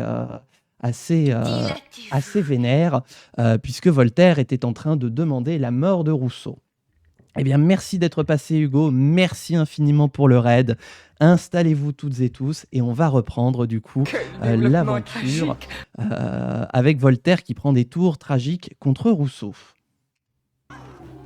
Bref, Rousseau doit continuer à fuir. Il se réfugie dans l'île Saint-Pierre, sur le lac de Bienne, d'où le gouvernement bernois l'expulse à son tour le 24 octobre 1765. C'est alors que le philosophe écossais David Hume l'invite à venir vivre en Angleterre en janvier 1766. En même temps, il commence à être un petit peu conspué partout dans la fédération suisse. Enfin, pardon, non, pas encore dans la fédération, on n'y est pas encore, dans les provinces suisses. Donc forcément, à un moment, faut penser à une extradition, littéralement, de Rousseau, parce que là, le problème, c'est que Voltaire est en train de jeter des braises sur le bûcher. Il parle anglais, Rousseau? Aucune idée. Bon, j'imagine qu'il apprend sur le tas, voilà. Après, quoique il faisait des traductions. Donc, si ça se trouve, il y avait des traductions d'anglais dans le tas. Sachant qu'il a quand même reçu une bonne éducation, donc j'imagine qu'il a quand même quelques bases d'anglais. Sur le papier, ça semblait une bonne idée. C'est commun à l'époque de parler plusieurs langues pour les milieux favorisés, les milieux bourgeois, aristocratiques et surtout de la noblesse. Oui, c'est d'ailleurs un critère que de parler plusieurs langues pour justement partir à l'étranger, si je puis dire, rencontrer ses semblables des autres cours partout en Europe. Donc c'est très commun de parler plusieurs langues, notamment une langue qui unit pour encore quelque temps les cours d'Europe, le latin, entre autres. Pour les gens, Voltaire a fait des textes demandant à tuer Rousseau et il fait genre c'est pas lui. Ah oui, voilà, pour préciser, oui, parce que j'ai dit que du coup, Voltaire jette des braises. Mais en plus, il assume même pas. Voltaire, là, il dit à mort, à mort, à mort. Puis quand on lui dit mais c'était toi? Non. Ah non, j'ai un alibi, j'étais à la piscine. Voilà. Oui, le peuple, par contre, n'est pas trilingue, effectivement. Voilà. Encore que, parce qu'on est encore, il n'y a pas encore de français en tant que tel. Le français commence à émerger, mais on est encore sous un pays de langue d'oil et de langue d'oc, au nord et au sud de la Loire. Donc, il y a quand même deux langues encore qui cohabitent et qui commencent à s'unifier sous un début de langue française. Rousseau, il m'énervait pas mal. Non, Rousseau, il énervait pas mal et en même temps, Rousseau, c'était un drôle de type. Bah ouais, c'est ce qu'on est en train de voir, c'est que Rousseau, en fait, il donne un coup de pied dans la fourmilière et il recommence en disant excusez-moi, vous n'avez pas compris mon propos correctement. Ça manquait cette partie dans mes cours de français, j'aurais peut-être plus écouté. J'avoue que moi aussi, hein, si on m'avait plus parlé de Rousseau comme ça dans mes cours à l'époque au lycée, ouais. Et Rousseau fanboy ne croit pas en la culpabilité de Voltaire. Oui, parce que Rousseau reste fanboy de Voltaire. Il disait ça peut pas être lui. Il est si cultivé, il est si distingué, il ne peut pas souhaiter ma mort. Il connaît la notion de responsabilité. Et en fait, si. C'est littéralement son domestique qui dit bah si. Ah si. Là, il m'a dit tout à l'heure en prenant le café. Je caricature. En prenant le café, bah si, il m'a dit que oui, il venait de réécrire un texte pour demander sa mort. Bref, bonne ambiance. Ça ne l'était pas. On a écrit Ça un ne l'était livre pas. entier sur l'affaire Hume-Rousseau. On pourrait consacrer une série complète à celle-ci, tant elle est compliquée. Elle a surtout été compliquée par les tenants de l'hypothèse Rousseau-paranoïaque et ceux de l'hypothèse complot. Alors, Ah oui, parce qu'en plus, il y en a qui disent que Rousseau, il va dans deux directions différentes. Soit il devient paranoïaque, soit il devient complètement fou. Donc, je sais pas, personnellement. Moi, je le trouve assez sain d'esprit, comme je disais tout à l'heure, du fait qu'il prend en compte l'ensemble des critiques qu'on lui formule pour réécrire le contrat social, en faire une version 2 pour dire voilà ce que je voulais vraiment dire. Moi, je trouve que c'est quelque chose de pas vraiment paranoïaque et de quelqu'un de plutôt sain d'esprit. Je me trompe peut-être. Peut-être qu'effectivement, il avait chopé la cerise. Mais pour moi, son comportement me paraît être être celui de quelqu'un assez sain d'esprit. Voilà. je vais aller très vite. Ah. Pardon. Tout commence par le fait que Hume demande pour Rousseau une pension royale au roi Georges III. Et Rousseau, quand il l'apprend, pète littéralement un câble. Bah oui, il avait déjà refusé celle de Louis XV, donc là, il doit s'arracher les cheveux. Qu'il a de très jolis d'ailleurs. Il ne veut pas recevoir d'argent des puissants. Et à partir de là, la querelle se complique. Par contre, moi, je prends l'argent des puissants. N'hésitez pas à sub, bien sûr. Hein. N'hésitez pas à vous abonner à cette chaîne. Je prends l'argent. Comme je disais tout à l'heure, j'ai le cœur ouvert et la bourse ouverte, là où Rousseau ferme sa bourse. Devient public, s'enfle en polémique. Hume va se plaindre de la ingratitude Rousseau anti-assistana. Ah, j'avoue qu'on pourrait presque lire ça comme ça. ou de la folie de son invité à ses interlocuteurs français, les philosophes des Lumières. Mais il va aussi les informer du fait que Rousseau a commencé en Angleterre à rédiger un texte autobiographique. Les Confessions. Alors là, ça rigole plus. Voltaire s'empresse d'écrire à ce sujet à Hume dès le 14 octobre. Et comme punaise. c'est un menteur pathologique, Ouais, je m'attends au il pire. débite ses sornettes sur des pages et des pages. Il s'était imaginé que j'avais conspiré contre lui avec le Conseil de Genève Merci, Croctine. pour faire décréter sa On propre regardera le clip à la prise fin. de corps, et ensuite avec le Conseil de Berne pour le faire chasser de la Suisse. Et Diderot, le vieil ami Diderot, qui n'en pensait pas moins mais qui se tenait encore à distance. Diderot écrit lui aussi à Hume au sujet des confessions annoncées. Je redoute le moment où cet homme qui aime tant le bruit, qui connaît si peu les égards, qui a été lié si intimement avec une infinité de gens, publiera un pareil ouvrage, surtout avec l'art qu'il a de flétrir adroitement, d'obscurcir, d'altérer. Waouh! Ah bah dis donc l'amitié est définitivement rompue aussi avec Diderot. Diderot, qui, je vous le rappelle, avait déjà engueulé Rousseau de ne pas avoir pris la pension de Louis XV quand il l'avait proposé. Donc j'imagine que là, l'amitié avait déjà pris un sacré coup dans les gonades. Mais là, effectivement, on a la preuve par l'image. L'amitié entre Rousseau et Diderot est définitivement consommée. Rousseau, il est seul contre tous, mais il maintient le cap. Voilà. Il a un cap clair. Et Diderot écrit aussi un certain Falconet. Rousseau, Oh. Jean-Jacques Rousseau, le plus intime et le plus ancien de mes amis, par une perfidie aussi cruelle que lâche, se sert de l'aveu même des services de toute espèce que je lui ai rendus pendant un intervalle de 20 ans pour accréditer aux yeux du public des noirceurs dont il m'accuse contre le témoignage de sa conscience. Plus lâche encore que cruel, il sait que je garderai le silence. Ah, il ne parlera qu'en présence de son avocat. Non, Diderot ne gardera pas le silence. Ah, il parlera en présence de son avocat. Et pourtant, ça eût mieux valu. Rousseau quitte l'Angleterre 16 mois après être arrivé. Putain, mais il a des fourmis dans les jambes. Hein. Bah, il aura voyagé plus que... Enfin, en une année, je crois qu'il aura voyagé plus que moi sur toute ma vie et sur mes 70 ans qui me restent encore à vivre. En mai 1767, il regagne d'abord la France sous un faux nom, passe par Amiens, séjourne à Lyon, puis il aboutit à Paris avec Thérèse, à l'hôtel Saint-Esprit, rue Plâtrière. Putain, mais il envoie du pays, hein, le Rousseau. De plus en plus pauvre, il refuse toujours toute aide, même pour se loger, et continue à faire copiste de musique. Rousseau va copier... Mais ce qui est fou, ce qui est intéressant de retenir sur la personne de Rousseau, c'est que son empreinte carbone est massive. Alors non, c'est pas ça, mais effectivement, effectivement au niveau empreinte carbone, voilà. Ce qui est intéressant, c'est que même finalement dos au mur, le monde entier contre lui, il reste fidèle à ses principes. Il aurait pu trahir sa propre vertu et céder à la tentation de l'argent et d'un mode de vie confortable, mais jusqu'au bout, il ne lâchera rien.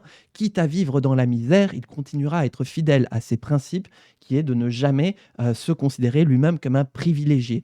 Il ne veut pas être un privilégié, il ne les aime pas, il n'aime pas les privilèges et continuera de le vitupérer sur le restant de sa vie. Plus de 11 000 pages de partitions musicales en 7 ans. 8 ans se sont écoulés depuis le décret de prise de corps du Parlement. À Paris, on estime désormais que s'il ne fait pas trop de bruit, Rousseau peut circuler librement sans être arrêté. Alors, il se promène beaucoup dans Mollo les basses. Il se balade. Et les gens s'arrêtent, le reconnaissent. Quand il va jouer aux échecs, place du Palais Royal, une foule se réunit pour le contempler. Rousseau est devenu une figure populaire, voilà, une superstar. Mais une superstar qui a le sens des autres. Un peu comme John Lennon ou Marvin Gaye quand il publie le disque What's Going On en 1971. Oh, j'espère que YouTube va pas me c'est un homme faire qu'on sait chier. n'être pas parfait, loin de là, mais qui ne se satisfait pas de sa gloire personnelle et qui a fait le rêve d'un monde meilleur pour tous ses frères humains. C'est un homme qui veut transformer le monde, mais qui sait que cela passera également par une discipline individuelle, un engagement extérieur et intérieur. Et l'un ne peut pas aller sans l'autre. Rousseau le Sans une révolutionnaire. connaissance de soi-même, sans une reconnaissance de ses défauts et un travail sur soi-même pour s'affranchir de ses passions égoïstes. Wow. Rousseau organise alors des lectures de la première partie des Confessions, devant un public choisi de jeunes admirateurs. Les séances peuvent durer... Donc les fanboys de Rousseau, alors que lui est lui-même encore fanboy de Voltaire. Rousseau, le bouffon magnifique de J.F. Kahn, je conseille. Hop, je vais noter ça du coup. Merci pour la Jusqu'à suggestion. 18h, de 9h du matin jusqu'à 3h après minuit. La voix de Rousseau ne faiblissant pas un instant, lisant ses confessions et prenant ses auditeurs à témoin. Mais c'est sans compter une vieille copine. Une vieille ex-copine plutôt, et qui copine maintenant avec les flics. Madame d'Épinay, la Proto-Sabaton. dame qui lui avait prêté l'Ermitage. Madame d'Épinay ne sait pas ce que contiennent les confessions, mais elle est persuadée qu'elle va en être une des cibles. Alors elle réussit à faire interdire ses séances privées de lecture par son ami, le lieutenant de police. Ben Les voyons. Confessions, rédigées par Rousseau entre 1765 et 1770, vont être publiées après sa mort, en 1782 et en 1789. Je forme une entreprise qui n'eut jamais d'exemple et dont l'exécution n'aura point d'admirateurs, écrit Rousseau. Je veux montrer à mes semblables un homme dans toute la vérité de la nature, et cet homme, ce sera moi. C'est moi. Et c'est vrai. La République, c'est Rousseau moi. s'y met à nu, complètement. C'est du jamais vu. Dans les Confessions, Oh, il dis écrit donc. tout ce que d'ordinaire on cache. Ses premiers émois sexuels, ses traumatismes, ses fautes, mais aussi ses hontes et son ridicule. Parce que, comme il dit, ce n'est pas ce qui est criminel qui coûte le plus à dire, c'est ce qui est ridicule et honteux. Ce qui ne tue pas rend plus fort. pour se justifier aux yeux du monde des crimes dont on l'accuse. Rousseau écrit Et croyez bien que si la honte devait tuer, je serais mort 1 million de fois, hein. Mais après, bon, ah ouais, mais du coup, ce qui rend plus fort, je devrais être immortel vu comment je me suis tapé la honte sur mes 30 premières années de vie. C'est peut-être ça la clé de l'immortalité, la honte perpétuelle. ensuite les dialogues Rousseau juge de Jean-Jacques de 1772 à 1775. Et il commence un dernier livre, le plus beau de tous, Les rêveries du promeneur solitaire, Ah, je connais pas celui-là. inachevé, publication posthume, en 1782. Ah. En mars 1777, Louis XV est mort depuis 3 ans. Voltaire revient à Paris. Je vous avais dit, hein, Louis XV, c'est un règne bien court, hein. Louis XV, un règne en deux périodes, un règne de tolérance d'un côté, puis ensuite, à la fin de la guerre de succession d'Autriche, un règne pas d'intolérance, mais comment je l'avais qualifié tout à l'heure? J'ai oublié, ça y est, j'ai encore perdu mes mots. Bref, on met un tour de vis catholique. La honte tue pas, mais elle se rappelle à toi quand tu vas bien et te pourrit avec un souvenir. Ah bah ça oui, quand faut fermer les yeux la nuit et puis que ton cerveau te dit tu te souviens de ce moment bien gênant, et que ça y est, c'est parti et que tu vas pas dormir avant un moment. Oui, je suis très coutumier, oui. Il ne revient pas comme Rousseau dans des chambres de misère. Il revient en triomphateur, en César des lettres. Il est vêtu comme sous la Régence, la tête coiffée d'une immense perruque surmontée d'un bonnet rouge, et alors qu'on joue sa dernière pièce, Ah, alors ça, Irène, je l'avais pas vu venir parce qu'il y a toujours un fil rouge, pareil, parce que j'ai pré-shot le coup de tout à l'heure. Par contre, j'avais pas pré-shot. Il y a toujours une figure césaréenne dans l'Empire n'a jamais pris fin. Je pensais que ce serait Louis XV, mais j'avais du mal à voir un petit peu qui serait la figure césaréenne de cet épisode. Je pensais pas que ce serait Voltaire. Et pourtant, c'était écrit. Voilà, c'était littéralement écrit là. J'aurais pu le deviner, mais bon. Donc la figure césaréenne de cet épisode, c'est Voltaire. Ok, intéressant. en présence de Marie-Antoinette et de toute sa cour. Une pièce sans intérêt qu'on a complètement oubliée depuis, évidemment. Un acteur place une couronne de laurier sur la tête de Voltaire. Et Rousseau l'admire toujours. Je vous ai dit, un Naïf fanboy. Rousseau. Un de ses amis qui vient le voir, alors que celui-ci part et dit qu'il va chez Voltaire. Rousseau lui sourit et lui dit que vous êtes heureux. Vous allez passer d'agréables moments. Ça Je rappelle, Voltaire souhaite la mort de Rousseau. Oh, ça va être génial. Il est incroyable. pleurait de tristesse. Ouais. En 1778, un super fan de Rousseau, le marquis René de Girardin, offre à celui-ci l'hospitalité dans un pavillon du château d'Ermenonville. Alors évidemment, Ouais, c'est de l'amour en fait. C'est comment on appelle ça là? Enfin, c'est de la fascination aveugle, effectivement. Il a le béguin, mais je crois que c'est pas réciproque, voilà. Et il ne manque plus qu'un triangle amoureux et on pourra en faire une super parodie. Rousseau hésite un maximum. Mais le médecin de sa femme insiste beaucoup pour qu'ils y aillent. Ça leur ferait du bien. Rousseau y va en observateur et tombe amoureux du grand jardin dont Girardin s'occupe non. avec passion. Ah merde, pardon. J'allais dire voilà notre triangle amoureux. Bah après, il peut être dendrophile, hein. Excusez-moi. Ça va faire 4 heures que je suis en live, je commence à avoir un petit peu les nerfs qui partent en sucette. Depuis des années. Alors, Thérèse et Dendrophile avec un E, c'est-à-dire qui aime les arbres, mais qui aime les arbres, voilà. Jean-Jacques s'installent à Ermenonville. Ah, le retour C'est à Ermenonville. que Rousseau va apprendre la mort de Voltaire, le 30 mai 1778. Alors, comment il réagit? Il est sincèrement triste. Girardin est très surpris. Nous pas, hélas. Bah oui. C'est que mon existence était attachée à la sienne, lui répond Rousseau. Il est mort, je ne tarderai pas à le suivre. Il y a une comtesse ou deux pour un triangle possible. Ouais. Pire, c'est que c'est vrai. Rousseau meurt 1 mois plus tard, Ah oui. 2 juillet, après une longue Il est mort de balade, chagrin. à l'heure du déjeuner, d'un accident vasculaire cérébral. Ouais, voilà, il est mort de chagrin. Il avait 66 ans. Il est inhumé le 4 juillet 1778 dans un cercueil dans l'île des Peupliers du jardin de la propriété. Cette île des Peupliers, le poète Gérard de Nerval ira la voir. Ah, Il en décrira la vision dans Sylvie, dans Les Filles du Feu, publié en 1854. on avait vu il y a Ô 2 sage. semaines du coup. Tu nous avais donné le lait des forts, et nous étions trop faibles pour qu'il pût nous profiter. Nous avons oublié tes leçons, que savaient nos pères, et nous avons perdu le sens de ta parole, dernier écho des sagesses antiques. Pourtant, ne désespérons pas. Voici les peupliers de l'île, et la tombe de Rousseau, vide de ses cendres. En effet, la tombe était vide. Les cendres Ouais. de Rousseau avaient déjà été placées au Panthéon, Ah oui, d'accord. place des grands hommes. Ok. Ah, l'intermède. Je vais l'avancer un petit peu, enfin l'accélérer. What? Ah bah au Panthéon, évidemment. Parce qu'on n'a plus le Alors, temps là, sur la VOD. Ici, nous sommes place du Panthéon, juste en dessous de la statue de Jean-Jacques Rousseau. Sa représentation est particulièrement laide. Oui, une c'est ce que statue j'allais dire. horrible.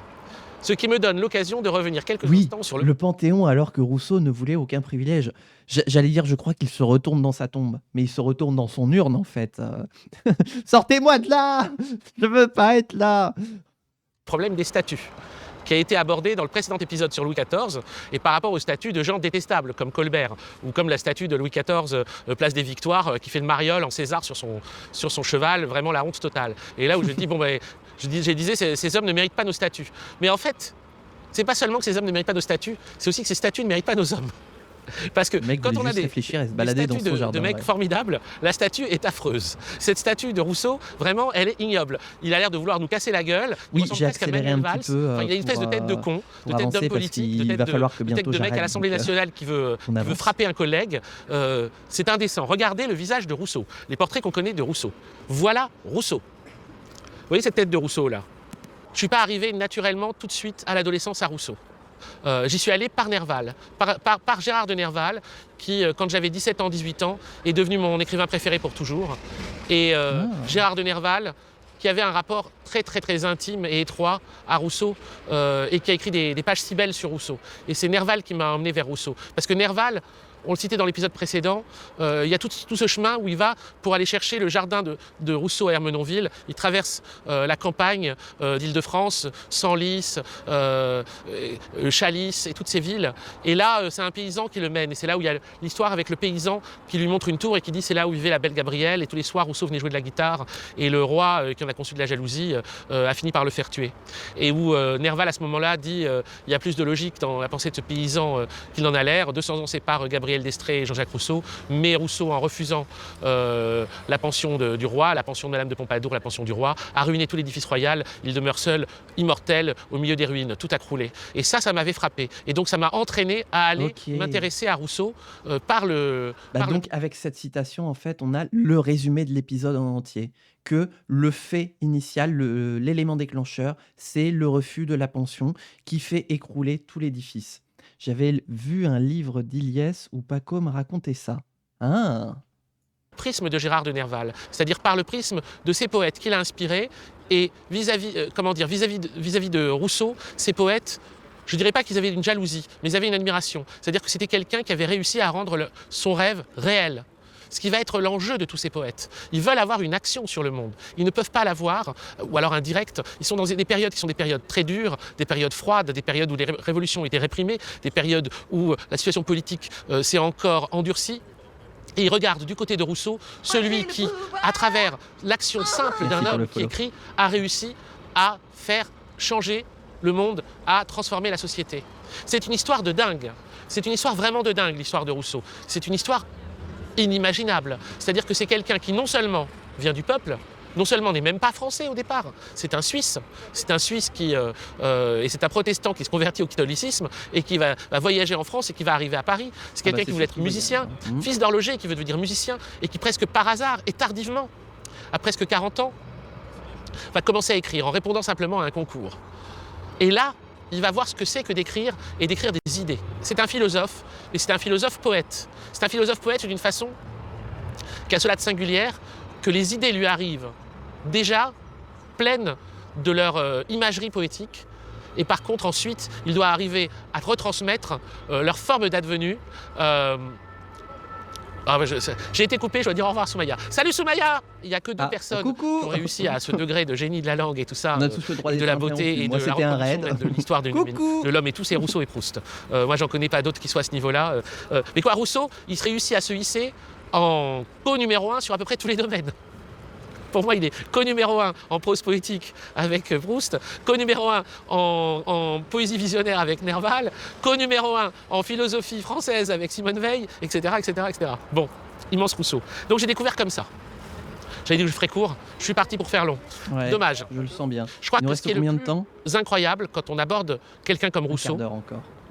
c'est de voir une personne qui n'a rien fait de ce qui était attendu de lui pour réussir socialement, J'avoue que je voulais faire moins de 3 heures avec 2 VOD et au final, on vient de passer, ça y est, on vient de passer les 3 heures de VOD au total en cumulé. et qui devient une superstar.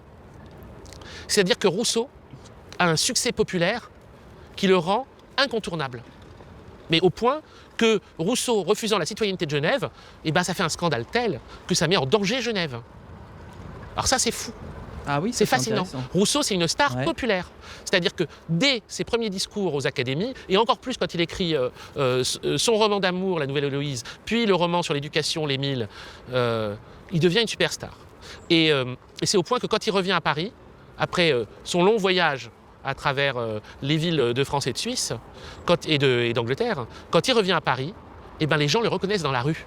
Les gens le reconnaissent dans la rue, et quand il va jouer aux échecs au Palais Royal, les gens se mettent autour et le regardent. Et je vous rappelle qu'il n'y a pas de télévision, il n'y a pas de réseaux sociaux, il n'y a pas d'internet, il n'y a pas d'agence France Presse.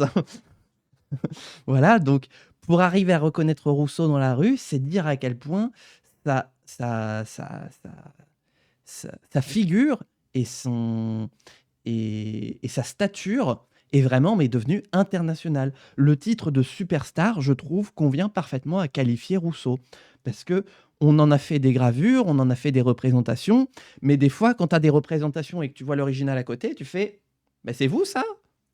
Voilà, littéralement la Camelote ou avec le portrait de Léo Dagan. C'est vous ça? On dirait le père Blaise qui sourit. Le père Blaise avec des cheveux, pardon. Le journal et les crieurs publics, les réseaux sociaux de l'époque, c'est un peu l'idée, mais donc du coup avec des latences de plusieurs mois, le temps que les informations circulent.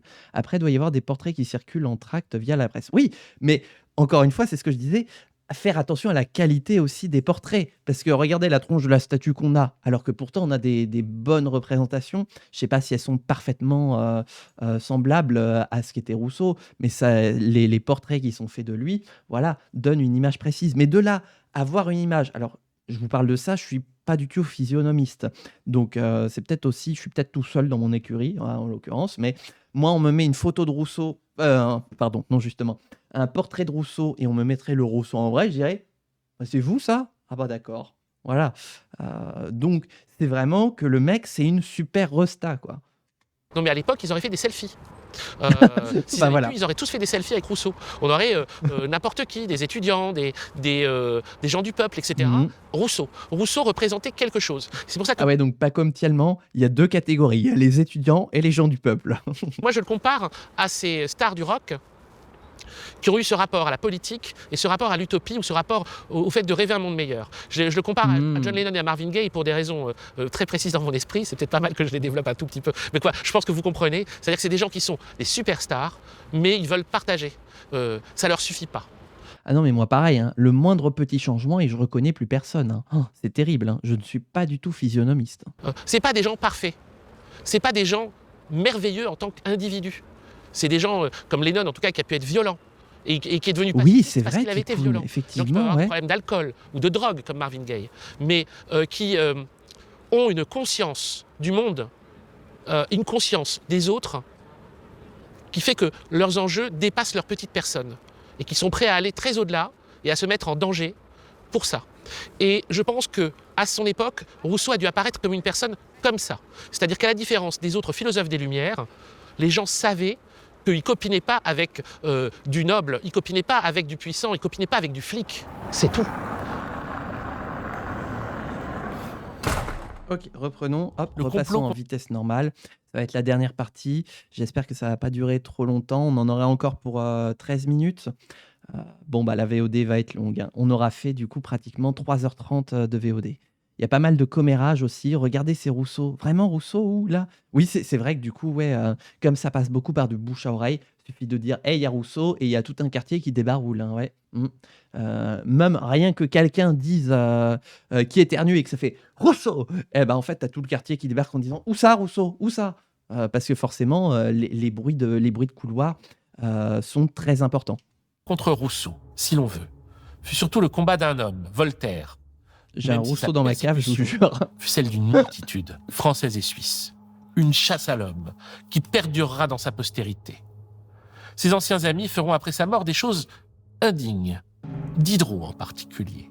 Dès la fin 1778, moins de 6 mois après la mort de Rousseau, Diderot publie L'essai sur la vie de Sénèque, où il ne tient pas sa promesse de garder le silence et commence à prévenir l'opinion contre ce que son ex-ami a pu écrire sur lui dans les Confessions.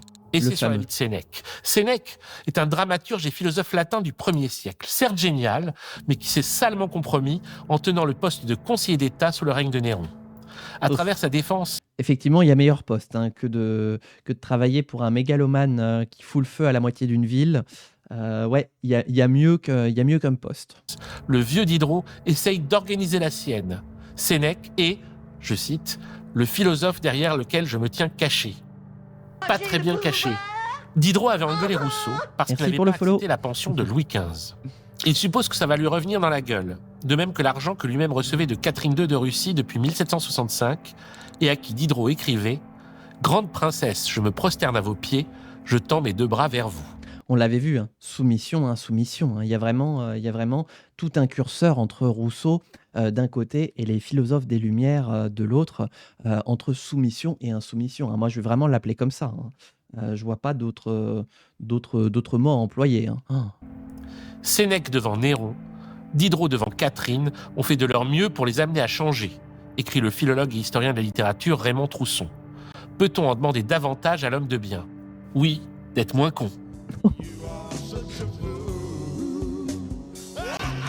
Catherine II de Russie, comme Frédéric II de Prusse, était intéressée par les idées des Lumières, c'est vrai. Est-ce que l'intérêt de Catherine ou de Frédéric pour les sciences ou la philosophie a entraîné une amélioration de la vie de leur sujet? Non, nada, walou, absolument pas. Passant Que chi, que dalle, pas de zob. encore que Voltaire, qui méprise le peuple et n'aime que les puissants, ait pu rêver d'un despote éclairé qui n'a jamais existé. Mais Diderot, partisan d'une monarchie limitée, croyait-il vraiment dans son pouvoir de faire changer une autocrate comme Catherine II, lui qui écrivait à Sophie Volant Le progressisme de façade n'a jamais pris fin. On va avoir des spin-offs comme ça. « C'est l'âme de César avec toutes les séductions de Cléopâtre ». Pire, cette défense indirecte assez transparente de lui-même est mêlée de références directes à Rousseau et à ses attaques présumées.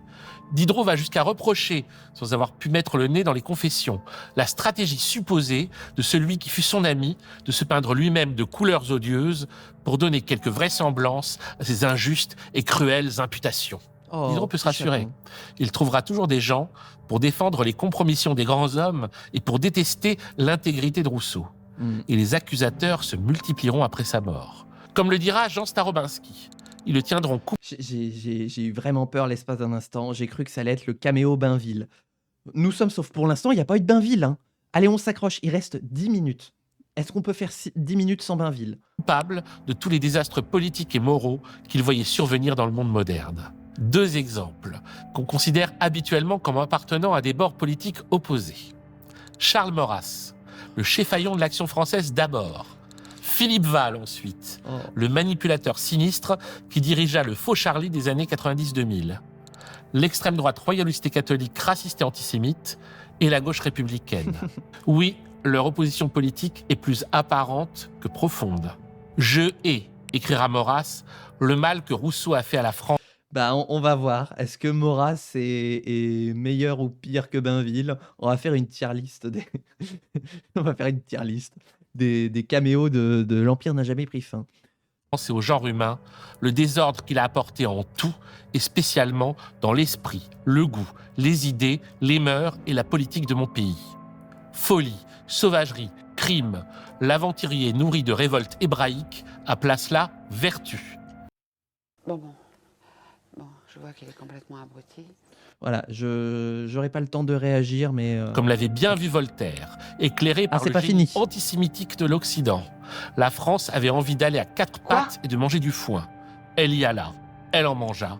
Ses appétits contre nature se gavèrent selon Rousseau. Mais... Hébraïque, c'est un dog whistle de juif. J'ai l'impression, hein. J'ai quand même l'impression. Ça va pas du tout, là. Ça va pas du tout. Et c'est vraiment dommage qu'on n'ait pas le temps, parce que En là, ce il y a qui tellement de choses à concerne le reprendre. génie antisémitique Oh là qui là. inspire Voltaire, à défaut du substantif, on peut au moins souscrire à l'adjectif dépeignant de celui qui écrivit des Juifs. Leur gloire est de mettre à feu et à sang les petits villages dont ils peuvent s'emparer. Ils égorgent les vieillards et les enfants. Ils ne réservent que les filles nubiles. Ils assassinent leurs maîtres quand ils sont esclaves. Ils ne savent jamais pardonner quand ils sont vainqueurs. Ils sont ennemis du genre humain. Oui, c'est du Voltaire. Et aujourd'hui, Nom de Voltaire Dieu. n'a pas de plus grand fan, au point d'appeler son zombie à la rescousse pour sauver le pays, que Philippe Val, qui en revanche fait de l'auteur du contrat social le responsable de tous nos malheurs. Ah bon? Je cite Mais- Philippe Val. Oh là là. Rousseau a développé un concept qui n'a pas fini d'entraver toute réflexion tentée de s'y opposer. Il s'agit de l'égalité. Cette idée possède la vertu magique du sacré, de l'indiscutable, du tabou. Celui qui est contre cette conception de l'égalité est forcément un salaud, l'équivalent d'un apostat. Rousseau a formalisé une pensée politique victimaire qui autorise tout à celui qui est classé dans les opprimés et rien à celui qu'il range parmi les oppresseurs. Cette alliance objectif Maurras-Val Mais... n'est pas si surprenante. Ce qu'il Je- reproche à Rousseau, au fond, Je c'est suis deux désolé, idées. je vais pas avoir les mots, Deux là. idées qui sont dans la continuation, sous un mode philosophique et politique, de la vision spirituelle des 100 rois. Mais c'est ça, Rousseau, c'est le proto-woke. Voilà. Ok, c'est bon. De toute façon, on avait dit il est proto-tout. Donc il est proto-woke. Voilà. 1. L'idée que l'inégalité humaine est une construction humaine.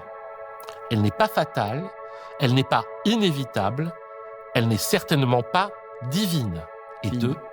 L'idée que la démocratie directe est un régime politique souhaitable et même raisonnable.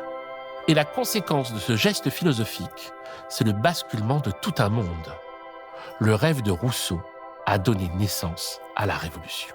Maurras, toujours mécontent, dit « Rousseau a été, selon nous, la cause formelle de la Révolution, excitant les petits, stupéfiant et endormant les grands, donnant à l'attaque révolutionnaire des forces, à la défense traditionnelle de la faiblesse. » Vous savez quoi, tout à l'heure, je vais encore nuancer mon propos et encore remettre de l'eau dans mon vin. Décidément, ça va être du vin, de l'eau au vin et plus du vin à l'eau. Je disais que voilà, biais du survivant, le fait qu'on extrapole les citations parce qu'il y a eu une révolution. Juste parce que le fait que Maurras a dit que Rousseau a été la cause de la révolution, eh ben, j'ai envie de dire oui, ça te fait chier, eh ben tant mieux. Eh ben dans ce cas-là, je vais dire, eh ben oui, Rousseau est la cause de la révolution. Voilà. Juste pour faire chier Maurras. Et ça m'arrache la gueule de l'admettre. Laissez-nous d'être oppresseurs tranquillement. J'avoue, mais oui, c'est tellement ça. Enfin voilà, j'ai tellement pas les mots pour revenir là-dessus, mais c'est ça en fait, c'est le permis d'impunité d'être des oppresseurs. Mais là, il n'a pas complètement tort. Entre sa mort en 1778 et la Révolution en 1789, Bah oui. pendant seulement 11 ans, Hum. tout le monde va se passionner pour Rousseau. Sa lecture devient littéralement inévitable. Le jardin d'Ermenonville se transforme en lieu de pèlerinage. Ok. Tout le monde s'y rend. Des révolutionnaires, Bah, comme excusez-moi, Anna je Carsis remets encore Cloutz, de l'eau dans mon futur vin. président des Jacobins, qui y va en 1783, dans la tabatière de Jean-Jacques. Cloutz colle un petit papier avec les mots « Mes doigts ont touché cette boîte, mon cœur en a tressailli et mon âme est devenue plus pure. » Mais même Marie-Antoinette se rend à Ermenonville en juin 1780. Ah oui. Les cendres de Rousseau n'y resteront pas longtemps. L'admirateur de Rabelais, Pierre-Louis Guinguené, rédigera une pétition en août 1791 qui allait conduire au transfert des cendres de Rousseau au Panthéon. Ah mais aussi vieux que ça. Ah je pensais que c'était plus récent que ça, la Panthéine un peu Rousseau. Ah mais en fait c'est vachement vieux. Ah ouais. Là, j'ai appris quelque chose et franchement, les bras m'en tombent. Après m'être éclaté les coudes, les bras m'en tombent. Parce que Voltaire y était déjà. Et Guinguené considérait que c'était scandaleux que Rousseau n'y soit pas. Ah bah effectivement. Ça se voulait un hommage, et c'est une insulte. Lui qui aimait la solitude, on l'a installé pour toujours face à son persécuteur. Et lui qui ne voulait pas être parmi les privilégiés va s'y retrouver. Effectivement, pour Rousseau, c'est une double insulte. Comme l'avait soulevé, je crois, Saëri tout à l'heure, il me semble, je ne suis pas sûr. Mais voilà, c'est la double insulte pour Rousseau. Aujourd'hui, il faudrait libérer les cendres de Rousseau du Panthéon et les ramener à Ermenonville, sur son île des Peupliers. Alors, il semblerait que le seul qui s'en soit vraiment ému est Marat. Oui, Ah, Jean-Paul Marat. Jean-Paul Marat. Pour Marat, associé Je vous jure, quand on va faire la révolution, je vais être inarrêtable. Les VOD vont faire 8 heures. Hein. Je m'en fous, j'assume. Voltaire et Rousseau, c'est faire outrage aux cendres de Jean-Jacques Rousseau. Marat en accuse les auteurs de telles idées. Il se flatte que le public abusé, voyant leurs plus insignes fripons dans la compagnie des hommes vertueux, les prendra eux-mêmes pour des gens de bien. Parce que Marat est bien entendu un hyper-rousseauiste. Mais celle qui tuera Marat, Charlotte Corday, est également une archi-fan de Rousseau. Tout le monde alors est rousseauiste. Je crois qu'on a notre épisode. Oui, c'est Charlotte Corday, ouais. De Caen, donc petit chauvinisme local pour ma part, en l'occurrence. Bon, même si la meurtrière de Marat, on pourrait ne pas être heureux d'en avoir été la ville qui l'a vu naître et grandir. Mais voilà, petite fierté locale, on va dire, d'avoir une figure d'importance sur Caen, voilà, en la personne de Charlotte Corday. Mais du coup, je crois qu'on a notre épisode prochain, donc qui sortira d'ici 1 à 2 semaines. Voilà. Eh ben, coucou Kimi, bienvenue à toi et bon retour à Bazar. Mais du coup, je crois qu'on a notre épisode prochain. Marat et Charlotte Corday. Qui sera, qui sera Jésus? Qui sera César? Tout le monde se réclame de Rousseau. Brissot, chef de file des Girondins. Bah oui. Les plus modérés l'ont traité de fou. J'ai le malheur d'aimer, d'adorer ce fou, et je partage ce malheur avec une foule d'âmes sensibles et vertueuses. Putain, c'est fou comment en 11 ans, il a complètement retourné le game à son avantage, hein, Rousseau. Oh. Barrère, membre du comité de Barrère, salut ouais. public. Ô Jean-Jacques, tout être vertueux et sensible te reconnaîtra pour son maître et modèle. Et voyez comme quoi ça plante les bases du culte de l'être suprême qui sera inventé et popularisé par Robespierre. Et bien sûr, Robespierre. Robespierre, qui dans un discours prononcé à la Convention le 18 Floréal de l'an 2, a si bien dit des philosophes des Lumières et de l'Encyclopédie, cette secte, en matière de politique, resta toujours au-dessous des droits du peuple. Ces coryphées déclamaient quelquefois contre le despotisme et ils étaient pensionnés par les despotes. Ils faisaient tantôt des livres contre la cour et tantôt des dédicaces au roi, des discours pour les courtisans et des madrigaux pour les courtisanes. Ils étaient fiers dans leurs écrits et rampants dans les antichambres. Oh, je peux presque l'entendre parler, quoi. Rousseau, il est relou, il a juste voulu être le premier dans tout et il laisse rien à personne. Eh bien, le même Robespierre exemptera évidemment Rousseau de sa critique lucide. Homme divin, tu m'as appris à me connaître. Le vieil édifice s'est écroulé. Le portique d'un édifice nouveau s'est élevé sur ses décombres et grâce à toi, j'y ai apporté ma pierre. Reçois donc mon hommage, tout faible qu'il est. Heureux si, dans la périlleuse carrière qu'une révolution inouïe vient d'ouvrir devant nous, je reste constamment fidèle aux inspirations que j'ai puisées dans tes écrits. La J'aime beaucoup les révolution musiques est qu'on entend. impensable sans le rêve de Rousseau. Elle en est sa conséquence. Donc Et je- son autre je rajoute conséquence, de l'eau dans c'est mon la vin. poésie. Pas la poésie comme passe-temps ou comme jeu de cours. La poésie comme expression prophétique, porteuse d'une spiritualité révolutionnaire. La poésie comme reprise et continuation de la tradition des 100 rois. Celle de Nerval, de Lautréamont, de Rimbaud. On trouvera cette intuition centrale chez le plus grand poète de langue allemande, Friedrich Hölderlin. Ainsi, en 1801, dans l'hymne Le Rhin, maintenant, c'est aux demi-dieux que je songe. Et il faut qu'une connaissance me soit donnée de ces êtres sans prix, puisque leur vie fait battre si souvent mon cœur plein de désirs. Mais celui qui, comme toi, reçut en partage, ô Rousseau, une âme qui ne peut être soumise, une âme de très profond support, cette justesse de sens et ce don si doux de savoir entendre et de parler, Ticoun qui est en pareil train au dieu du vin, de lustrer la avec une guillotine. plénitude sacrée et le désordre d'un divin délire. de telle sorte qu'ils rendent intelligible aux gens de cœur le langage des êtres les plus purs, mais frappent les sans respect d'un juste aveuglement, les esclaves profanateurs. Cet inconnu, quel nom lui donnerais-je ? Et ce sera également résumé de façon fulgurante par André Breton. Rousseau, Oh, je me dis même que c'est sur cette branche, pour moi la première jetée à hauteur d'homme, que la poésie a pu fleurir.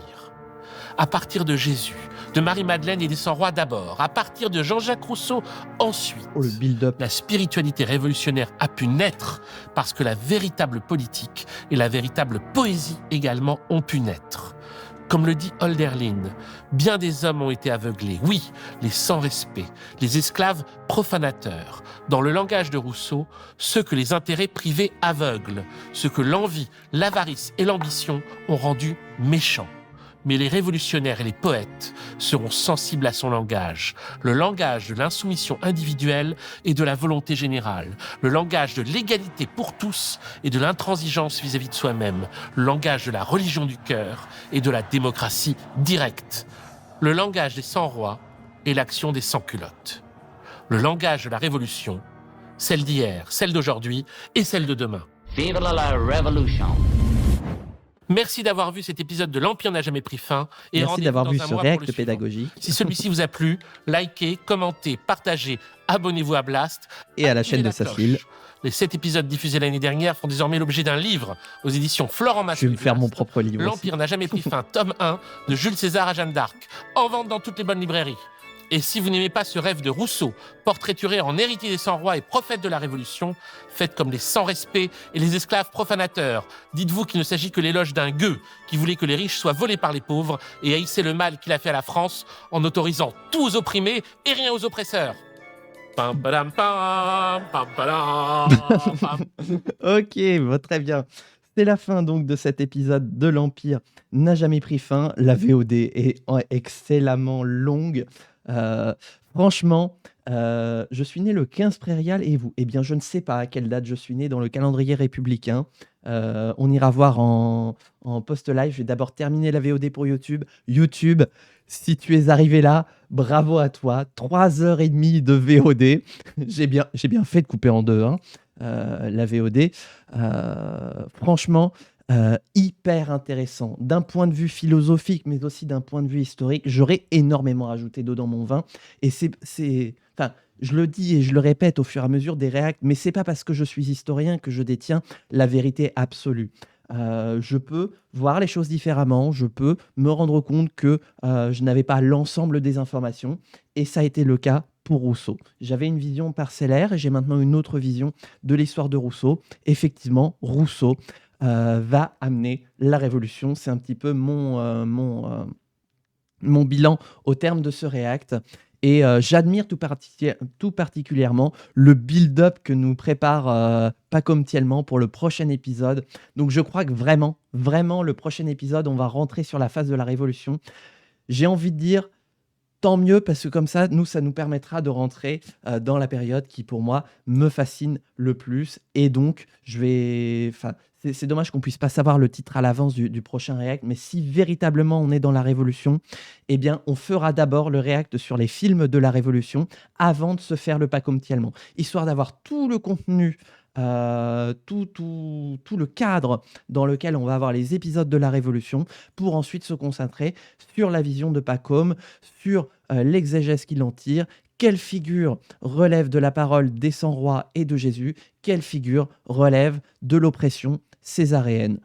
C'est ce que nous verrons dans les prochains épisodes du React pédagogique YouTube. Merci encore une fois d'avoir regardé ce React. N'hésite pas à liker, à commenter, à t'abonner. Cela me fait extrêmement plaisir et on se retrouve très prochainement pour de prochains React pédagogiques. Porte-toi bien, amuse-toi bien et ciao YouTube.